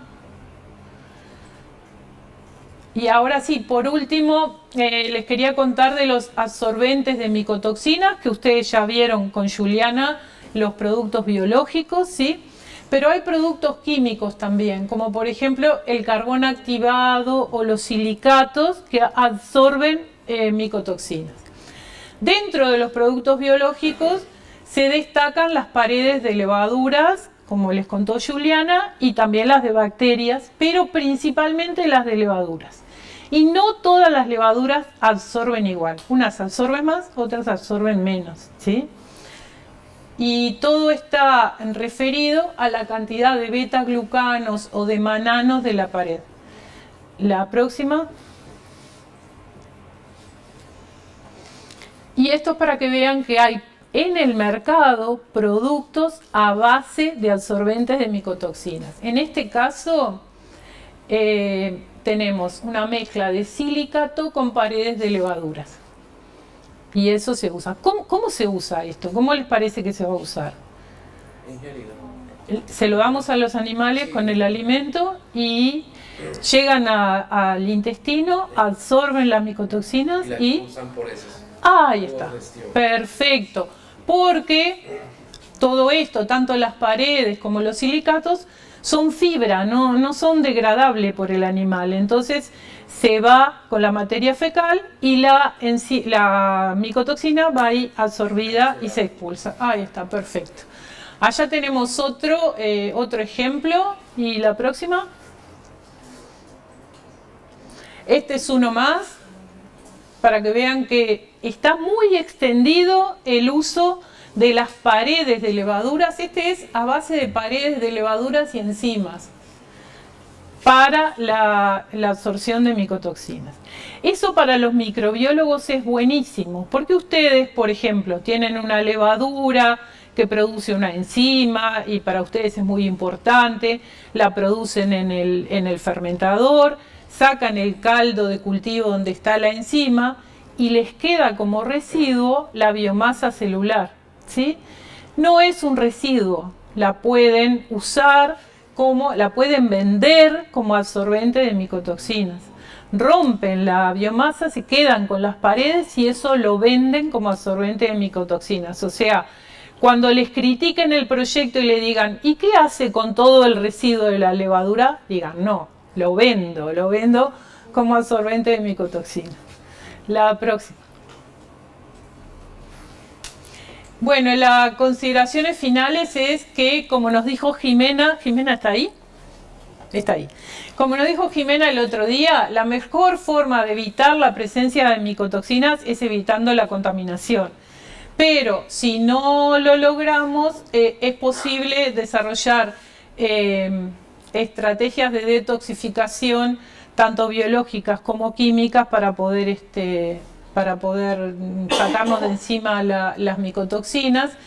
Y recuerden que la detoxificación biológica puede funcionar, pero nos cambia el alimento. O sea, que si queremos trabajar en esto, nos enfocamos en las enzimas, ¿tá?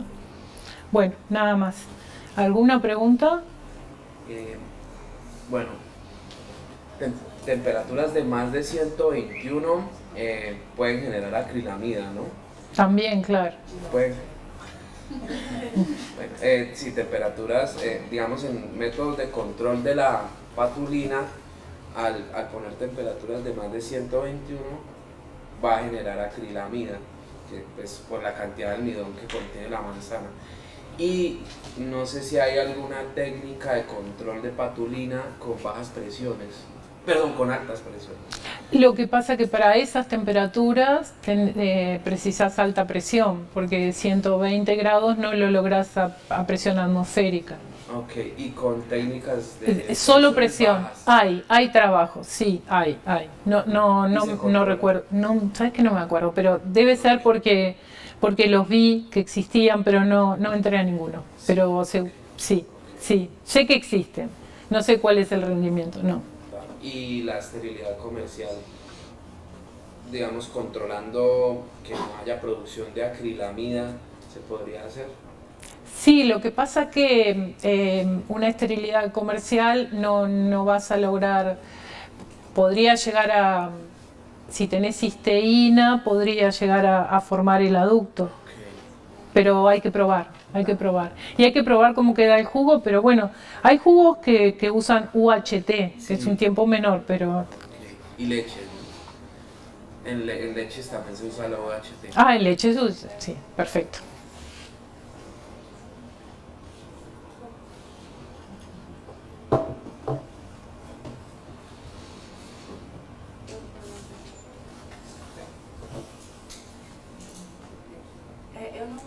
produzi no trabalho mostrava quanto tempo levava para as enzimas degradarem as micotoxinas ou quebrarem as micotoxinas. No en el trabajo del consorcio de la ciaralenona, ¿ese me estás preguntando? Acho que sim. Sí, no estaba el tiempo de las enzimas porque no las probaron solas. Ah, sim. Ellos creen que es enzimático, pero no las probaron solas. Sim, verdade. Gracias. La ceolita también la he escuchado para uso de control de micotoxinas. Claro, la bentonita. Bentonita y ceolita junto al carbón activado. Claro, son silicatos. Silicato.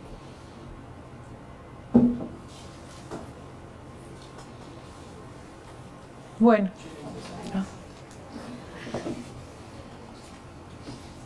Não, só porque eu fiquei curiosa com aqueles gráficos lá, quando mostra o crescimento do fungo junto com a levedura, e eu esqueci o nome da levedura, mas parece que eles crescem mais rápido quando os dois estão juntos. Parece que em pouco tempo eles começam a crescer mais rápido. Não daria a entender, assim, o que você acha, assim, que talvez essa competição inicial, né, por ele ter que competir por espaço, por alimento inicialmente, porque ele ainda não está produzindo as peptinases, talvez por isso que depois ele não consiga ter energia suficiente para produzir os metabólitos secundários, né? Então, talvez seja a simples competição por espaço ali, início, né? Porque parece, eu não lembro no gráfico. Por isso que eu fiquei perguntando se alguém tinha tirado foto para fazer essa análise. Não me fijé nisso. Volta o slide. Parece que eles crescem mais rápido quando estão juntos. Vamos ver. Vamos ver, não sei. Pode voltar. Muito. Mais.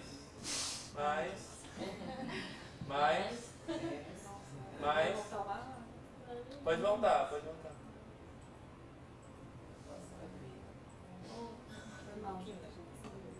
Sim, acá. Ali parece que eles demoram. Aqui? Tá vendo? Com 10 dias, parece que eles começam a crescer mais rápido. Sí, puede ser. Quizás habría que estudiar más aquí, hacer tiempos más cortitos. Parece que eles estão meio que numa correria. Sí, puede ser. Por espaço e por comida inicial ali, Sí, né? pero Talvez ele não produza nada, é só a simples competição. Pero aquí el hongo está creciendo más rápido, no está inhibido, está creciendo más. Es como que la levadura lo potencia. Isso, é mais ou menos isso. O fungo sozinho cresce a partir de 35 dias, sozinho, e ali 20 dias. Sí, aquí está, sí. 20 días y sozinho a partir de 35 días. Claro, es mucho tiempo. Habría que hacerlo en tiempos más cortitos para poder observar eso. Sí, puede ser. Às vezes pode ser que não produza realmente nada, como ficou comprovado no outro. É só porque eles começam a produzir mais rápido, né, e gastar toda aquela carga. Porque a gente sabe que existe uma carga inicial, né, que eles têm para ocuparem aquele espaço. Cuando el hongo está solo, también le pasa lo mismo. Se acaba el alimento. Y cuando se acaba el alimento, produce la enzima. Cuando está con la levadura, no produce la enzima. O la enzima no actúa. O sea, se quedan sin alimento. Hay algún alimento que falta, que no es la fuente de carbono porque hay exceso de azúcar en la manzana. Pero puede ser el nitrógeno, puede ser el hierro, hay algo que se acaba y el crecimiento se frena. Para poder seguir adelante, el hongo destruye tejido. Pero la destrucción se da cuando está solo y no cuando está con la levadura. Hay que estudiar un poco más qué es lo que está pasando ahí. Sí. E às vezes também, não sei se seria estudar a produção, né, de micotoxina. Sí. Talvez como ele cresce mais rápido. Sí, aquí es lo que yo les decía, nos tenemos que estudiar si aquí que el hongo creció, produjo patulina o no.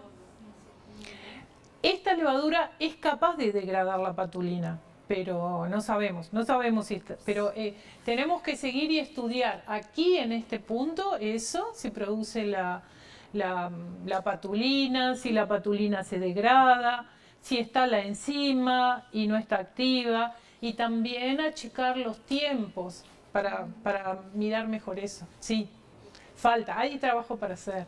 Sí. Pero hay mucha competitividad en ese punto, exactamente. Claro, pero es un punto, ¿verdad? Sí. Lo que tiene de bueno es que la desviación estándar de estos dos puntos es pequeña, por eso ni se ve. Estos puntos fue más grande, pero acá es pequeña. Entonces, son puntos buenos esos. Claro.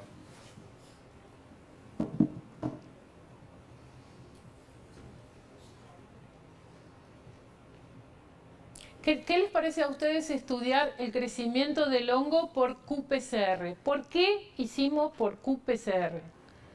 ¿Por qué no lo hicimos por recuento en placa? Para cuantificar.